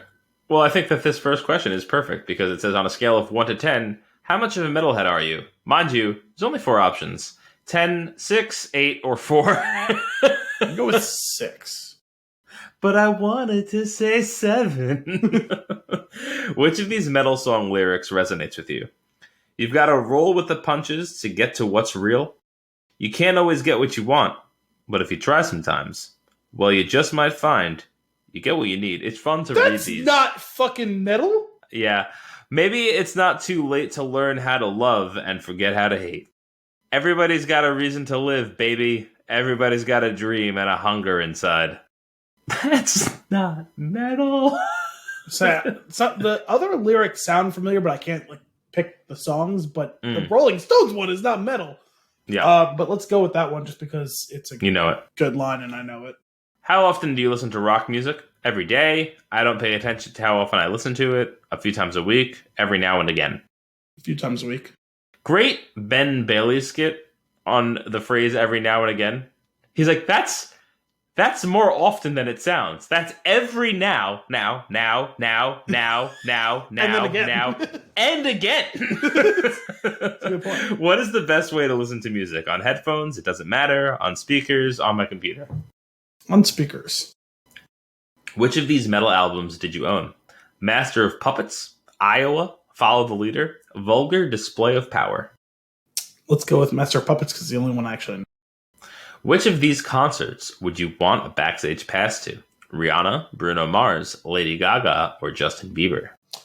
Again, none of those are... Maybe there's like some deeper level that pulls out what metal band you are? Sorry, so you said Justin Bieber, Rihanna... Gaga, Bruno Mars... I don't know, Lady Gaga. Okay. How many metal albums did you own? More than 10, 1 to 3, 4 to 6, 7 to 9. That was an interesting order of options. Sure. Let's go with 4 to 6, just for estimation's sake. If you were to win a musical award, what would it be? A Grammy, an American Music Award, a Billboard Music Award, an MTV Award? Let's go with a Grammy. Nice. If you were to take a tour of the world, where would you start? London, Copenhagen, Los Angeles, New York. London. If you were famous, which of these headlines would be made about you? My secret affair, my DUI, my public fight, my nude photos. I guess my public fight? Which of these words describes you? Hardworking, passionate, caring, or confident? These quizzes are really silly that we do. Caring. I think I'm going to buy a Mad Libs book, like a legit one, for future episodes. When you can't find a good quiz to do. Yeah. When it's not like super related to what we're doing. Which of these animals is your spirit animal? A panther, a parrot, an owl, a dolphin? Panther. It's made with bits of real panther. What scares you most? Failure, death, losing people? Nothing scares me. Failure. When did you get angry? Oh, sorry. When you get angry, you tend to hit something, write about it, tell yourself to calm down, cry. Tell myself to calm down. Which of these is your poison? Alcohol, drugs, sex, or other? I guess Alcohol? If you had one wish, what it would be for? Okay, Charlie Day. Money, power, love, happiness. Love. After a drunken night out with friends, you go straight to bed, mend myself with hydration fluid, continue the party the next day, usually don't remember what happened. Hydration fluid. Nice. How would you describe your style? Punk, preppy, casual, trendy? Casual. Super cash. What color clothing is your wardrobe mostly made up of? Black, blue, red. There is no one dominant color. I don't wear clothes. I mean, I'm currently not wearing a shirt, but the answer would have been gray. Okay, we'll go with black. Let's go with black. All right. Which of these makeup items can you not live without? Eyeliner, eyeshadow, mascara, or a highlighter? I don't wear makeup. Yeah. But you can't live without one of these. I'm going to go eyeliner. That would be fun. Okay, if that makes you happy. Which of these colors would you dye your hair? Purple, blue, jet black, or green? Let's go with green. Why not? Let's say I made a character in a video game that looked like you once, but I gave them blue hair. Nice. What do you look for in a significant other? Respect, physical attraction, honesty, a sense of humor. Sense of humor? If you were to play an instrument, what would it be? Drums, acoustic guitar, electric guitar, keyboard. Electric guitar. Nice. What is your favorite type of meat? Turkey, beef, chicken, or other? Is other like mystery meat? Or... Is other pork? Let's go with beef. Yeah. It's what's for dinner. How long does it take you to get ready in the morning? An hour, 1.5 hours, 45 minutes, 30 minutes? 45 minutes. What kind of home would you settle down in? A condo, a cabin, a mansion, a townhouse? Condo. How about house? Yeah, I was like, none. What is your favorite holiday to celebrate? Halloween, Christmas, Easter, or Thanksgiving? Christmas. Which of these horror-themed shows do you watch? The Walking Dead, Penny Dreadful, American Horror Story, or Stranger Things? I guess The Walking Dead, even though I haven't really watched it. Like I did not put that on what we're watching, but I did watch it. That's that. Which group did you belong to in high school? Peacemakers, nerds, hipsters, or jocks? I mean, I kind of dabbled in all of that. I guess. What is peacemakers? Well, I would say I don't know what that means, but let's go with the jocks because I play a lot of sports. But what kind of metal music is your favorite? Deathcore, alternative, black. I don't have a favorite. Alternative. Okay, you got Metallica because of that one question you asked way back when. I will say that before I took the quiz to see how long it was, and I decided that it's almost too long, but went with it anyway. And I just selected random answers down the left side, and I also got Metallica. So I think this is bullshit. Anyway, based on the answers that you chose, the rock band that matches your personality is Metallica. You've always been a very popular person who others look up to.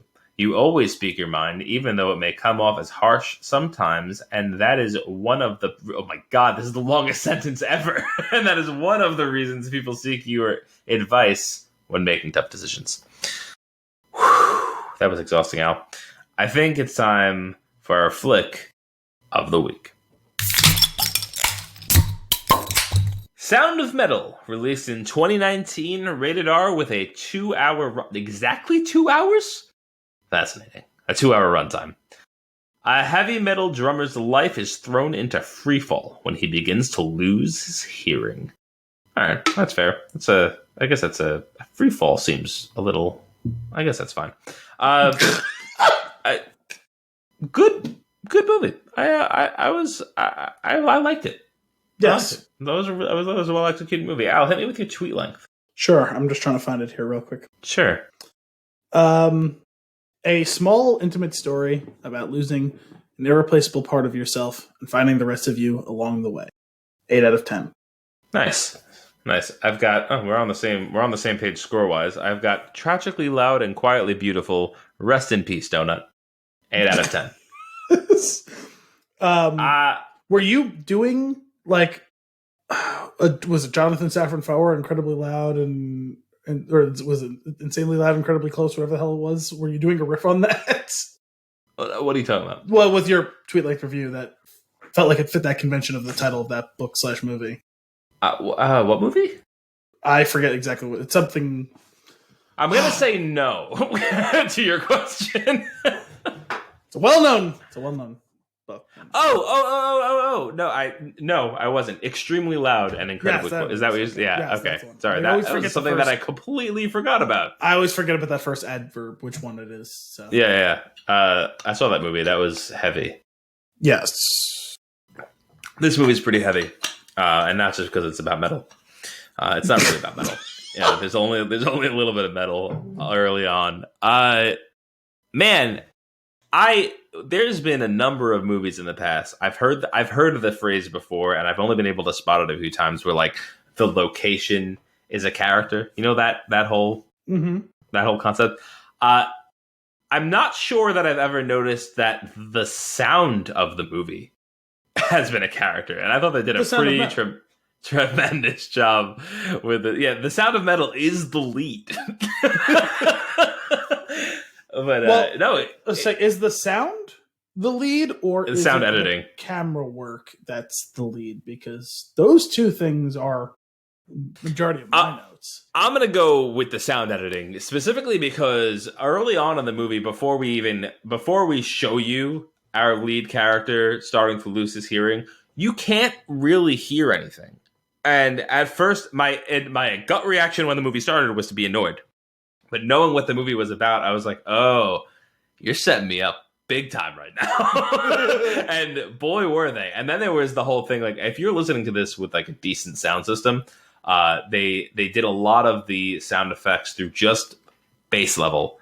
And it causes a constant hum and vibration that makes it very disorienting. And it feels very intentional. It is as if your ears are clogged. Yes. And you keep looking over at Kim, and she's grabbing her nose and she's pulling on her ears. I'm like, it's not you. It's definitely the movie. Yeah, but they did a great job of conveying that. I would say definitely between both the visual and the audio aspects, you feel like you experience this alongside him, which is really powerful. And we'll talk about that some more as we go. Yeah, a lot of spiraling disorientation. Yeah, but the reason I brought up the camera work too is, and we can get into it some more as we go, but that some of the stuff that they did with the extreme close-ups and the handheld camera stuff, I found it really compelling to make this so much more intimate, where it feels like you are either right there next to him or going through it simultaneously with him. Yeah. Well, okay, let's stick with that for a minute. What is the deal? I still can't figure out when this is good and when this is bad. In this movie, I liked it. I thought it did a great job. In other movies, it makes me sick, and I can't stand it, and I think it's being overused. Is there a fine line? And I've noticed that, and I just can't figure out where that line is? Or is it just that this is just a better movie? What? For example, just when a lot of times when the camera is up the actor's nose, I'm not a huge fan. I'm usually not a fan. I did think it worked really well here. It needs to be done judiciously. There has to be a good reason, whether it be purely narrative or purely character driven. And in this case, it did a lot of both of those things. Because it almost feels like you could be, depending on what scene and what specifically they were doing, you feel like you could be, say, his girlfriend who is trying to reach out to him and find out if he's okay because he can't hear you and you don't understand what's going on, right? Or it could be character development stuff where Riz Ahmed is a tremendous facial actor. We talked about him a little bit in the previous segment, whether it be The Night of, Rogue One, or this. He does a lot with his eyes. Part of it is he kind of like has bug eyes, or at least he can have them. Like it's not like that at all times, but when he has that really intense like stick, but it's not just the eyes and the stare stuff. It's you can see the muscles of his face. They are incredibly expressive. And you can see the turmoil and the pain in his face so well, and to be given, an extreme close up of that while he's going through, where he's trying to process information that he doesn't understand, like can't understand in that moment, and to watch that evolution over the course of the movie as he starts to come to terms with some of these things and see how the turmoil in his face gives way to quiet eventually. That I found to be really compelling. both from like the actual movie standpoint and from just his performance. Yeah, man, he really does deliver. I think one of the scariest concepts is in the movie is we see the first time that his hearing dips, and it's the first time he's realizing it, and you're going through it with him. And that was one of the times where they made the right choice of being up close with the camera so that you could feel it with him, and really focusing on his face and what he's going through, and like blurring out the background, bringing the camera like full frame, like right on his face, so that everything else is kind of washed out. Did a really it made an incredible effect. And when he's kind of grabbing his nose, he's grabbing his ears, he's kind of rubbing his face, like that whole thing, and they're doing that sound, that whirring sound that we've all heard at some point or another. Like, every once in a while something goes and you hear like a ring or a washout, and to be able to convey that with the audio storytelling that they did so well with his performance, really, it was amazing. Yeah. But seeing that first time that happens fairly early on in the movie, it kind of really like puts you in your seat. You're like, oh man, like this is going to be intense. Like, cause it was creepy, like the way that it unfolds. Like it was heavy to experience. And they nailed it. And then it's like, it was interesting because it like on paper and without diving in too deep, you're seeing this movie about a guy whose life in part revolves around his hearing, a very large portion of his life, because he is a drummer for a band. But the underlying story of him being an addict and how that plays into his recovery process or I guess not recovery, but like coping process is, I think that's what makes for the really strong story that they tell. Which is interesting too, because like it almost felt like a throwaway detail. Like, was it Paul in the beginning? Yeah, Paul asked him like, "Oh, are you an addict?" And he goes, "Yeah, and I've been clean. Was it 3 or 4 years, whatever it was?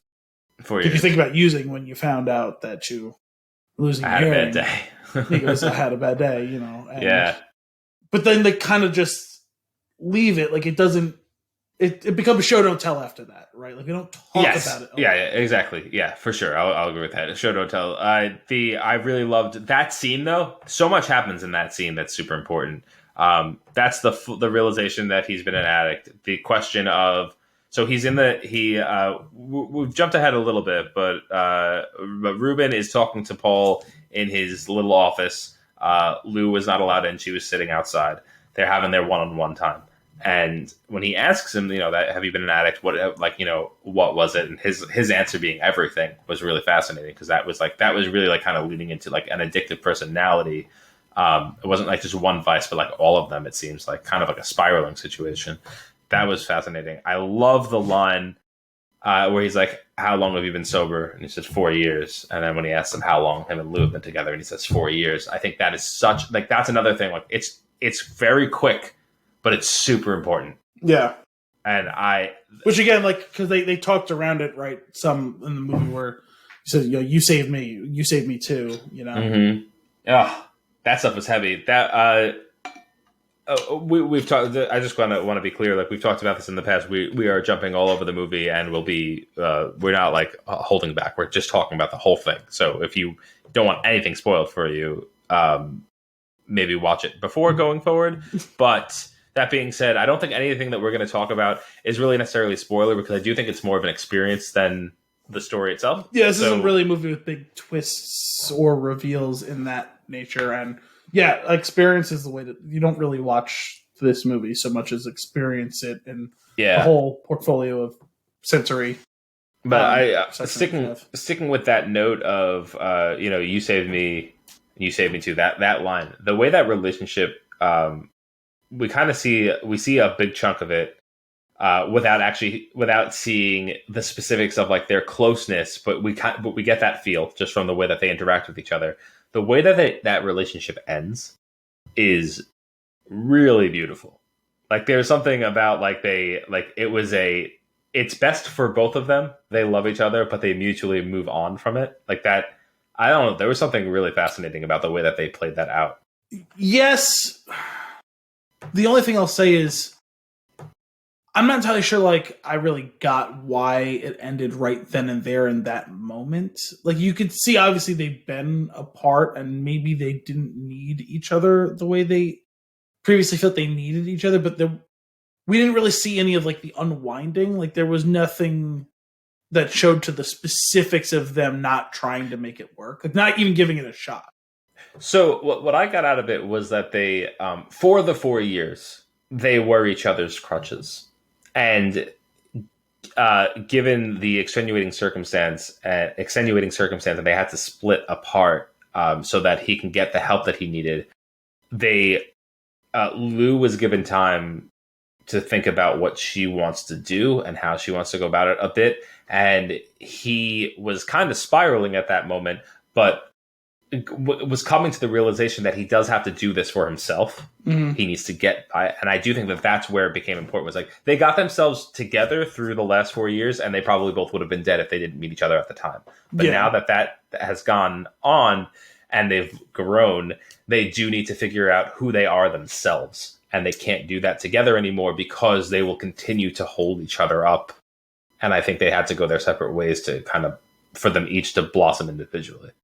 I guess, and maybe it's hard to tell because you don't know how much time passed. I don't think they ever really give you a specific. Yeah, I kind of got like a 4-month vibe out of certain things that were happening. It was definitely months. I just don't know how many. So, like, they have already gotten a decent snapshot of time of to like how to do it on their own. And I'm not saying that they just like, okay, let's just jump right back. But it was weird that it felt like a period. I kind of expected more of an ellipses, I guess, kind of there, where it's like, this might have to be goodbye for now. Which isn't to say that it isn't that, but like, it felt very final. And I think which I kind of agree with you. Like, it doesn't necessarily feel like that it's the full, like that it has to be the end, but I think they need to accept that it could be. Sure, it was like, I guess I kind of expected more of a, well, listen, this has worked out for us so far. Let's see where this takes us, as opposed to this felt like goodbye. And I was just kind of like, but why does it have to be goodbye? Like, maybe you don't jump back into like, oh, we live together and we're on the road together again. But like if it didn't feel like it had to be goodbye is my point. You know, like, there's got to be somewhere in between that. Yeah. Well, I think there is something to be said for, like, Lou was getting to a point where she seemed to be starting to figure out what it was that she was looking for, what she really wanted to do, like, in her kind of solo career and like for herself and what she wants to explore. And Ruben wasn't getting to that point yet because he got himself hung up on it again. He was spiraling, right? He was getting like his Lou fix, which is what happened when he got to the computer and he saw her, and that kind of spiraled into him selling the trailer and selling all the stuff, and then like getting the surgery and heading to Paris, like doing all of that stuff was like, that was kind of like him getting a fix, like getting his drugs, doing his thing, but like it was just manifesting in a different way. It wasn't. See, I didn't think of it that way, but that's interesting. I kind of like that. I think that makes sense. To me, what I found powerful in all of that was, he's chasing the whole movie, right? Like, they're chasing a career, then it's chasing a fix for his ears, then it's chasing, well, how do I deal with this? And then it's chasing her. And when he goes through all of those things and realizes that almost by accident he started creating the tools that he needed for himself along the way, when he finally got her, and it felt like it wasn't quite going to work, even though they didn't really try. That was the thing for me, is like, it didn't feel like they like tried to make the new normal work. They just chose to go their separate ways. I'm not saying that's wrong per se. But I can see what you're saying though, because for a movie that kind of that settles into individual moments and lets you kind of lets them breathe, that part of it was a bit rushed. Yeah, that's kind of what I'm getting at. It just felt like the breakup part of it felt a bit rushed. Like there wasn't like, it didn't feel like there was a specific thing that caused them to totally break. Like I said, I kind of got it. They were like, hey, let's keep trying this thing on our own. But like, why is this like a hard goodbye in this moment, whatever. But anyway, in finally realizing it wasn't going to work with her is when he finally realizes that he can stop chasing. And that's the first true piece that he has in the whole movie. And so when they give us that whole, I don't remember how many minutes at the end of silence, that's the type of thing that I might have kind of gotten a little frustrated with in the past, but it felt earned in this specific instance in the movie. It was, the whole thing is, I love that. He's chasing, and Paul is trying to teach him, can you sit in silence? And he can't really, he tries, but he doesn't ever really accomplish it. And finally, when there's nothing to chase anymore is when he allows himself to do it, and he can do it and gain some self-satisfaction and peace from it. Right. And to your point of him chasing the career, first it was probably chasing a high, then it was chasing the career, chasing his hearing, things like that. That is, again, that does lean, this is kind of marrying together nicely, because that is leaning into that addictive personality, yes. Right? And she was the last thing that he was chasing, and it was kind of them breaking up, as abrupt as it seems, is kind of like a cold turkey situation. Yes. And which is actually pretty powerful. And then, like you said, leaning into the going into that silent moment at the end, or moments at the end, after having all of that sound design early on really built up to that moment where they cut the sound entirely. That was so cool. I thought they did a great job with that. And then I will also say, I cannot even imagine hearing the way that he was hearing. I was almost getting nauseous from it. Just with the implants, the pitch. Yeah. Well, it's funny because the static. We talked a little bit about the silence and about the losing of the hearing, but having it fade in and out like that, I think was really powerful, because now is a moment where it's max chaos around him. So we're going to throw you into that world, but then to advance the story, we're going to gently pull you back out and you can hear again because you're the audience. So it wasn't really so much fourth wall breaking stuff where it's instead we're going to pull you in here. Okay, Now we're going to put you back on your couch. You can watch what happens next. We're going to bring you back. Just in case you forgot, this is what's happening. Yeah. But even more than just that on its own, seeing the different stages, right, where it's okay, he's losing his hearing. He's lost his hearing. It's, there's ebb and flow within that, and then it's gone completely. And then he's getting it back with the implant and all that. You see and hear the different stages, which shows you this wide spectrum, which, for people who can hear some relative version of normal, right, to see the wide range of outcomes as to what that's like, I thought was really interesting, trying to empathize with that character, because it's an experience that you and I and many people don't or won't have. Right. And it made it feel to me authentic. Now, maybe someone else would feel that that's misrepresenting it, but I thought that felt authentic and ultimately made this a much more empathetic. I agree with you. I also felt I was exhausted by the end, just from fighting to hear through. And there was even for the viewer, there is a wave of relief when it does cut to silence, because you don't have to do it anymore. Mm-hmm. I thought they really nailed it, because it definitely, I will say, feel it. I have a little gripe when he gets the implants. Now, I do buy the explanation that it's going to take a while, because we're basically trying to trick your nerve endings into thinking you're hearing, even though you actually aren't. Right? It's right. I got that. But did it feel like she gave up on trying to calibrate them a little too quickly? My God. So Kim has this, she hates that, right? She's had something, she's gone to a lot of doctors, and there's been times where she's just you didn't even go further. You didn't ask any more questions. You didn't probe. You just kind of wrote it off. And she's when she tries once, tries twice, tries a third time, and she's well, that's just it. You're going to have to get used to it. And she was just fucking doctors. Well, so the thing is, I don't know the technology, right? Right. It's entirely possible. Oh, maybe there's 3 settings, and she cycled through 3 settings, and it's okay, it's going to take you some time. And obviously, there's a follow-up appointment, right? Mm-hmm. Because, she said, listen, it's going to take some time. she tells him very explicitly, relax and let it settle in, and he immediately gets on a plane and flies to Europe. But right.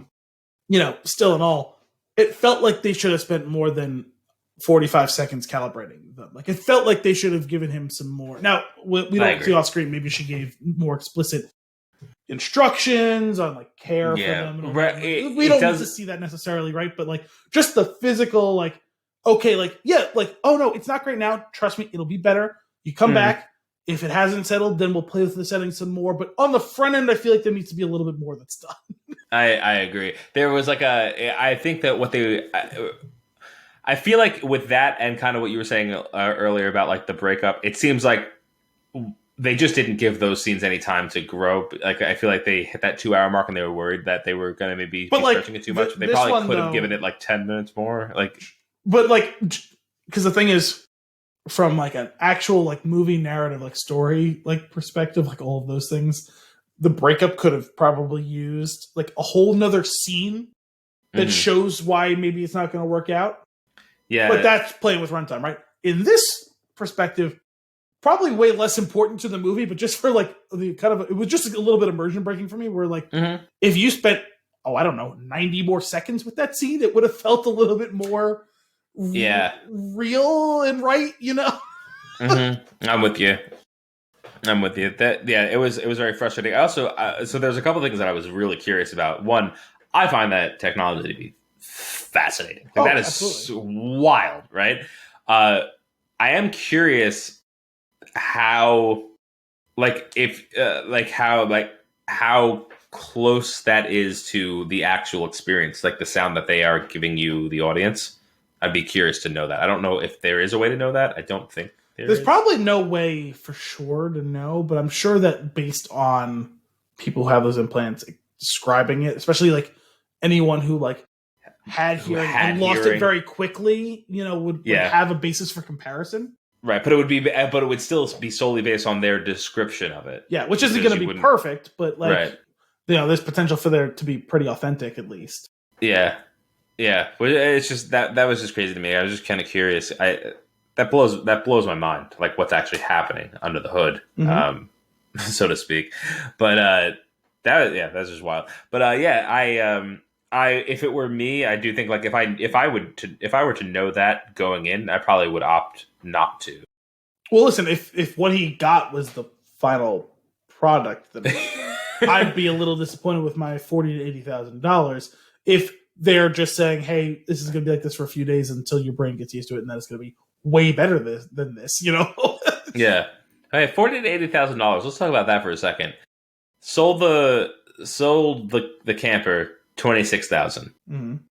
Sold all the stuff inside. Another $26,000.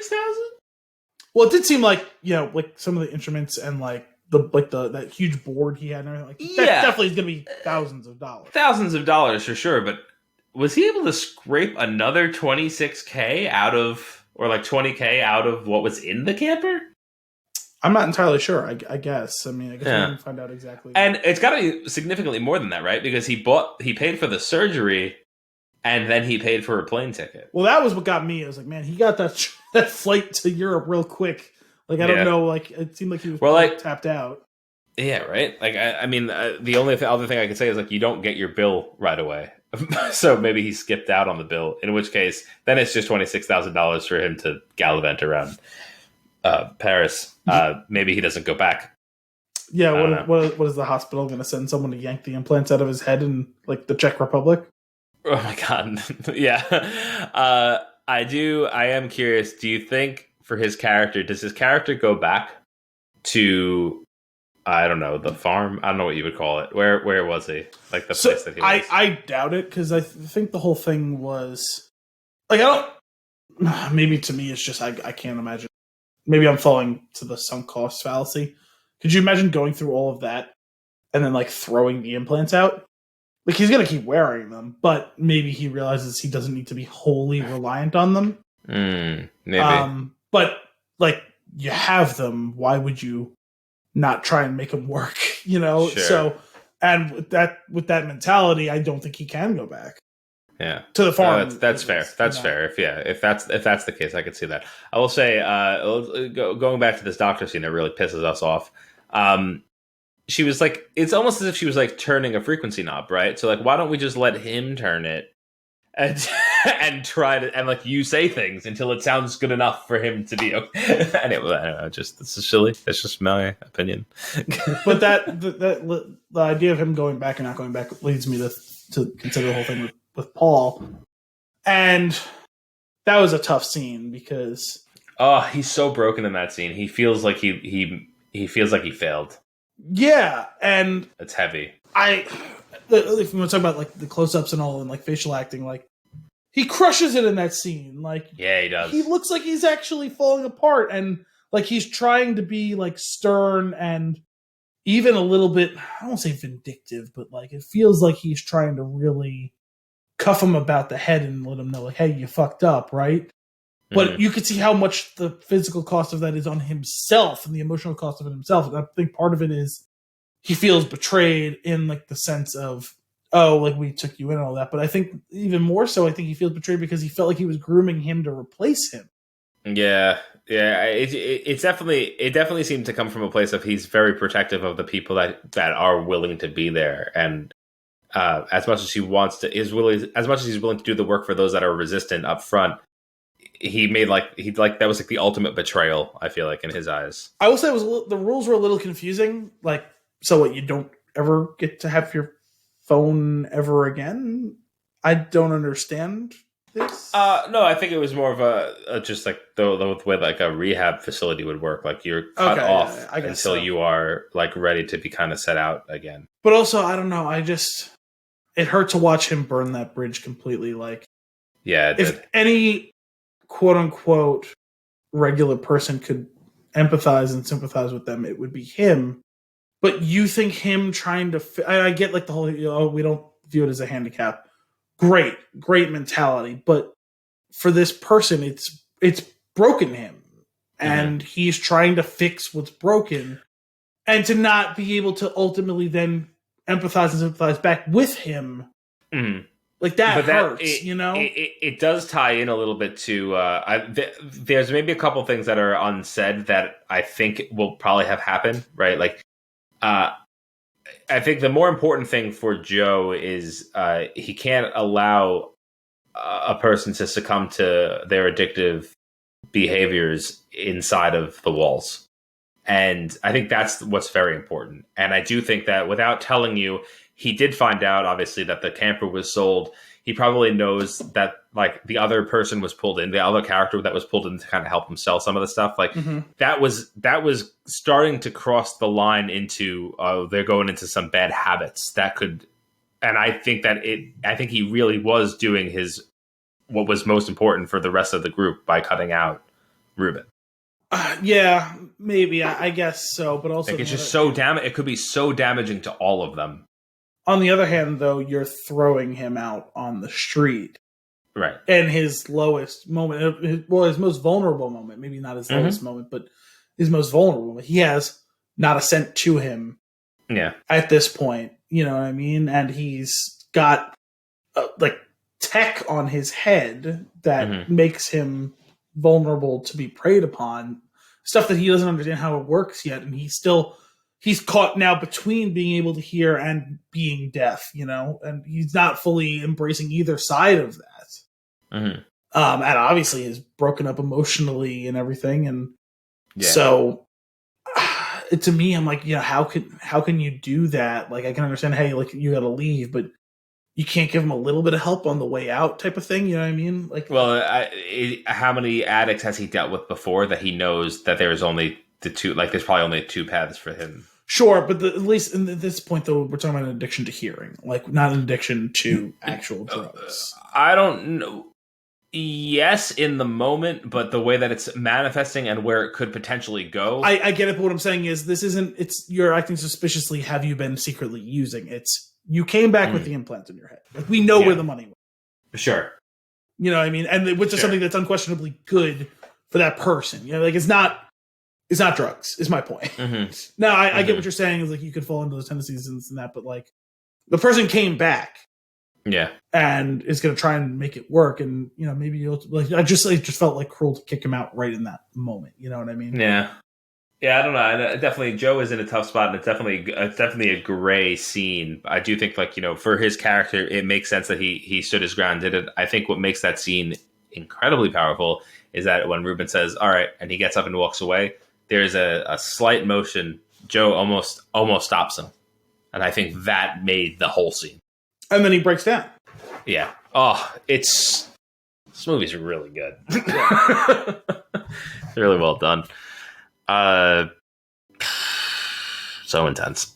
What else? What else we got here? Well, I will tell you. There's one little thing that I just found kind of slightly amusing. The movie started, and I think it starts with him playing the drums. Right, that's all we really see is from a couple different angles him playing the drums. Yeah, and as they get into a song, right, and they show her in profile, and I was like, "Is that the girl from Ready Player One?" Sure is. And I was like, I don't know, maybe not. And then like it comes back around like after the song's over, and like you see her. I was like, that is her. Wow. Yeah. It's just that you probably would have noticed sooner if 90% of that movie she didn't look like a CGI hedgehog. She looked more like Sonic in the Oasis than Sonic did in the original trailer. But yes, that's Samantha. No, that was her name in Ready Player One. Olivia Cook. Yeah. Cook, I believe, yes. Cook. I had to. Yeah, she delivers too. Like the two of them together, they were very believable as a couple. Yeah. They had great chemistry. This is like a really subtle thing, but that scene where she scratches her arm at the end, right before they break up, like that was so natural. I thought I don't know, like if how many times they had to do a take like that, or if maybe that's like a take that she actually has that they kind of leaned into. That would be interesting. But like it felt very real. Yeah, I was impressed by how natural all of that seemed. Yep, I agree. I also love the another great interaction. Her dad, Lou's dad, and Ruben eating together at the table, and like that speech was pretty good, heavy. And I was really rooting for Ruben to get like super involved with like the kids and like in the camp, because like it seemed like he was actually finding his place there for a moment. Yes, but he spirals out when he sneaks in to use the computer and sees Lou doing her performance. Like if he doesn't get it, if that door is locked and he doesn't get in there, does this play out differently, like significantly more different? I'm not Probably. sure. Yeah, I mean, you have to figure that eventually he's going to get to that computer. Probably. It feels like though, like everything that happens in the character's life is very like it's. I feel like they lean into like place and time, otherwise completely different, right? Like Lou and Ruben meet each other at the moment in time and in their lives when they need each other the most, and they get themselves out of a dark situation, right? Mm-hmm. However, if they were to meet, I don't know, 3 years earlier, it's probably where are their maturity levels at that point? Like, do they maybe they don't last, and maybe they spiral, and maybe Lou kills herself and Ruben ODs. Like, I feel like the way that it all plays out, like their entire story, the time frame at which each thing is happening is like perfectly in line, where like if it was to bounce a little bit out of on either side, it could potentially catastrophically ruin everything about their lives. Yeah. It's really fascinating. Like, I feel like it's just like a perfectly fit together puzzle. Yeah, I can see that. I thought a real sweet scene. Well, for a couple things. Sweet scene when he's starting to get along with the people at the farm. That I don't know what else to call it. That's what it felt like. At the farm, and like when they're all communicating over dinner. Like, I love how like as the viewer, you feel on the outside, because they do a similar thing with it's 70% Riz Ahmed's facial expressions and his acting in those scenes, and then 30% what they're doing with the audio and the camera work. And then like they work that so well to the point where like you start to feel comfortable in the room, but you're sitting alongside the character. It's really cool how they do that. I will say, I think obviously it was intentional that we only get subtitles once or twice and all of that. Mm-hmm. And so most of it we experienced the way he would, where he doesn't understand the sign language. He can't hear. So even when once or twice someone like actually says something, like if he's not looking at that little computer screen, which was really cool, by the way, then, he doesn't really understand what's going on. And so we don't really understand what's going on. But for me personally, bringing my own baggage to that scene, it reminded me of watching A Quiet Place without the subtitles. Oh my God. And I was just like, I started to get that like panic of, oh God, no, they're not going to do the rest of the movie like this, are they? I can't do this again. That's amazing that you did that. I love that. Oh, I hate that. I love that he made the tattoo. I thought that was really cool. Yeah. And that whole thing while he's drawing it and the conversation that they're having was really funny. Yes. I thought it was really interesting. I was worried for a second. So when he goes to the school and he's meeting the kids the first time, and the teacher is showing him how to say "my name is," and she writes her name on the board, and then she has him do it. And when he writes his name in that ridiculous way that he writes it, I started to get the hint. And then when he seemed to panic a little bit when Joe was telling him, "I want you to sit in the room and write, and then until you can be still, and then when you can't be still, continue writing." I was like, "Can he not write?" Legitimately, I was curious because I have heard of like situations where like a person can do a tag like that, right? Because it's more artistry, it's drawing, it's a different part of like your brain, and I was curious if that's where it came down to. And then when you look at the way that he's writing, it almost does seem that way. Like maybe he's not able to really write well. But I don't think that it was really... if that was the case, they didn't lean into it that heavily. But it was more so that he couldn't quiet his mind at all. He was very wrapped up. And well, when he did his first writing of his name on the board, I just assumed that was like, just, oh, I'm a rock star. This is my artistic take on that sort of thing. So I didn't really get that out of that per se, but I hear what you're saying. Yeah, he wrote that. He wrote on the those are Z's. But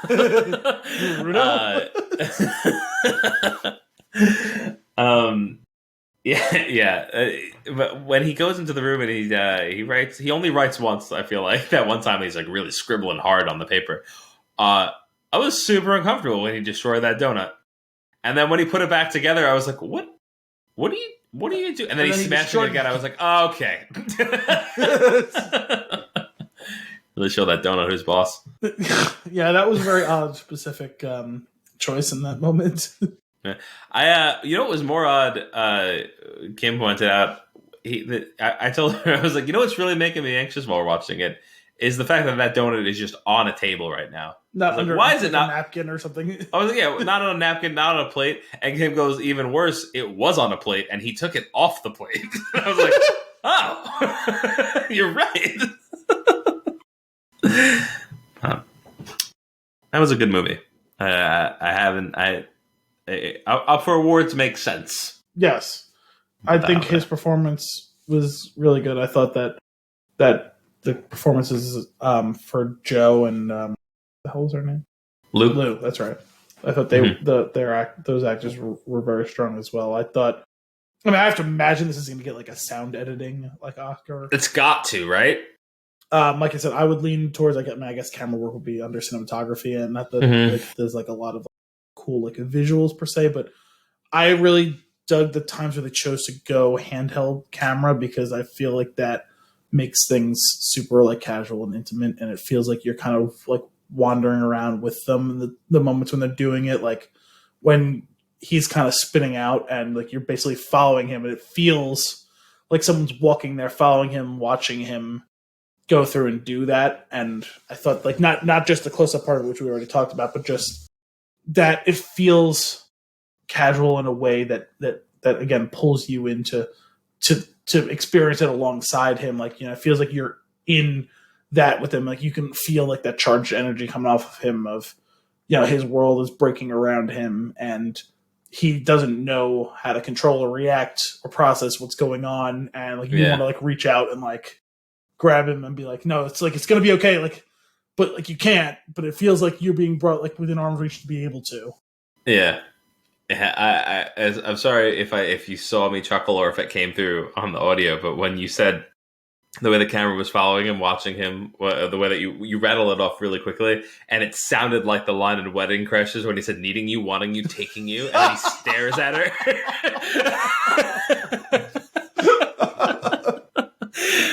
Such a ridiculous movie. But yeah, Sound of Metal. solid flick. Any other notes? No, I think I got them all. Nice. Well, that's all for this week's episode of Flix in a Six. We hope you enjoyed it. As always, if you have a movie for us to review or nuggets for us to discuss, you can send those requests to flixinasix@thespintune.com or tweet us @thespintune. Tune in next week for more movie and beer goodness. Until then, I'm Anthony Costanzo. I'm Mal Bielsi. Thanks for coming out.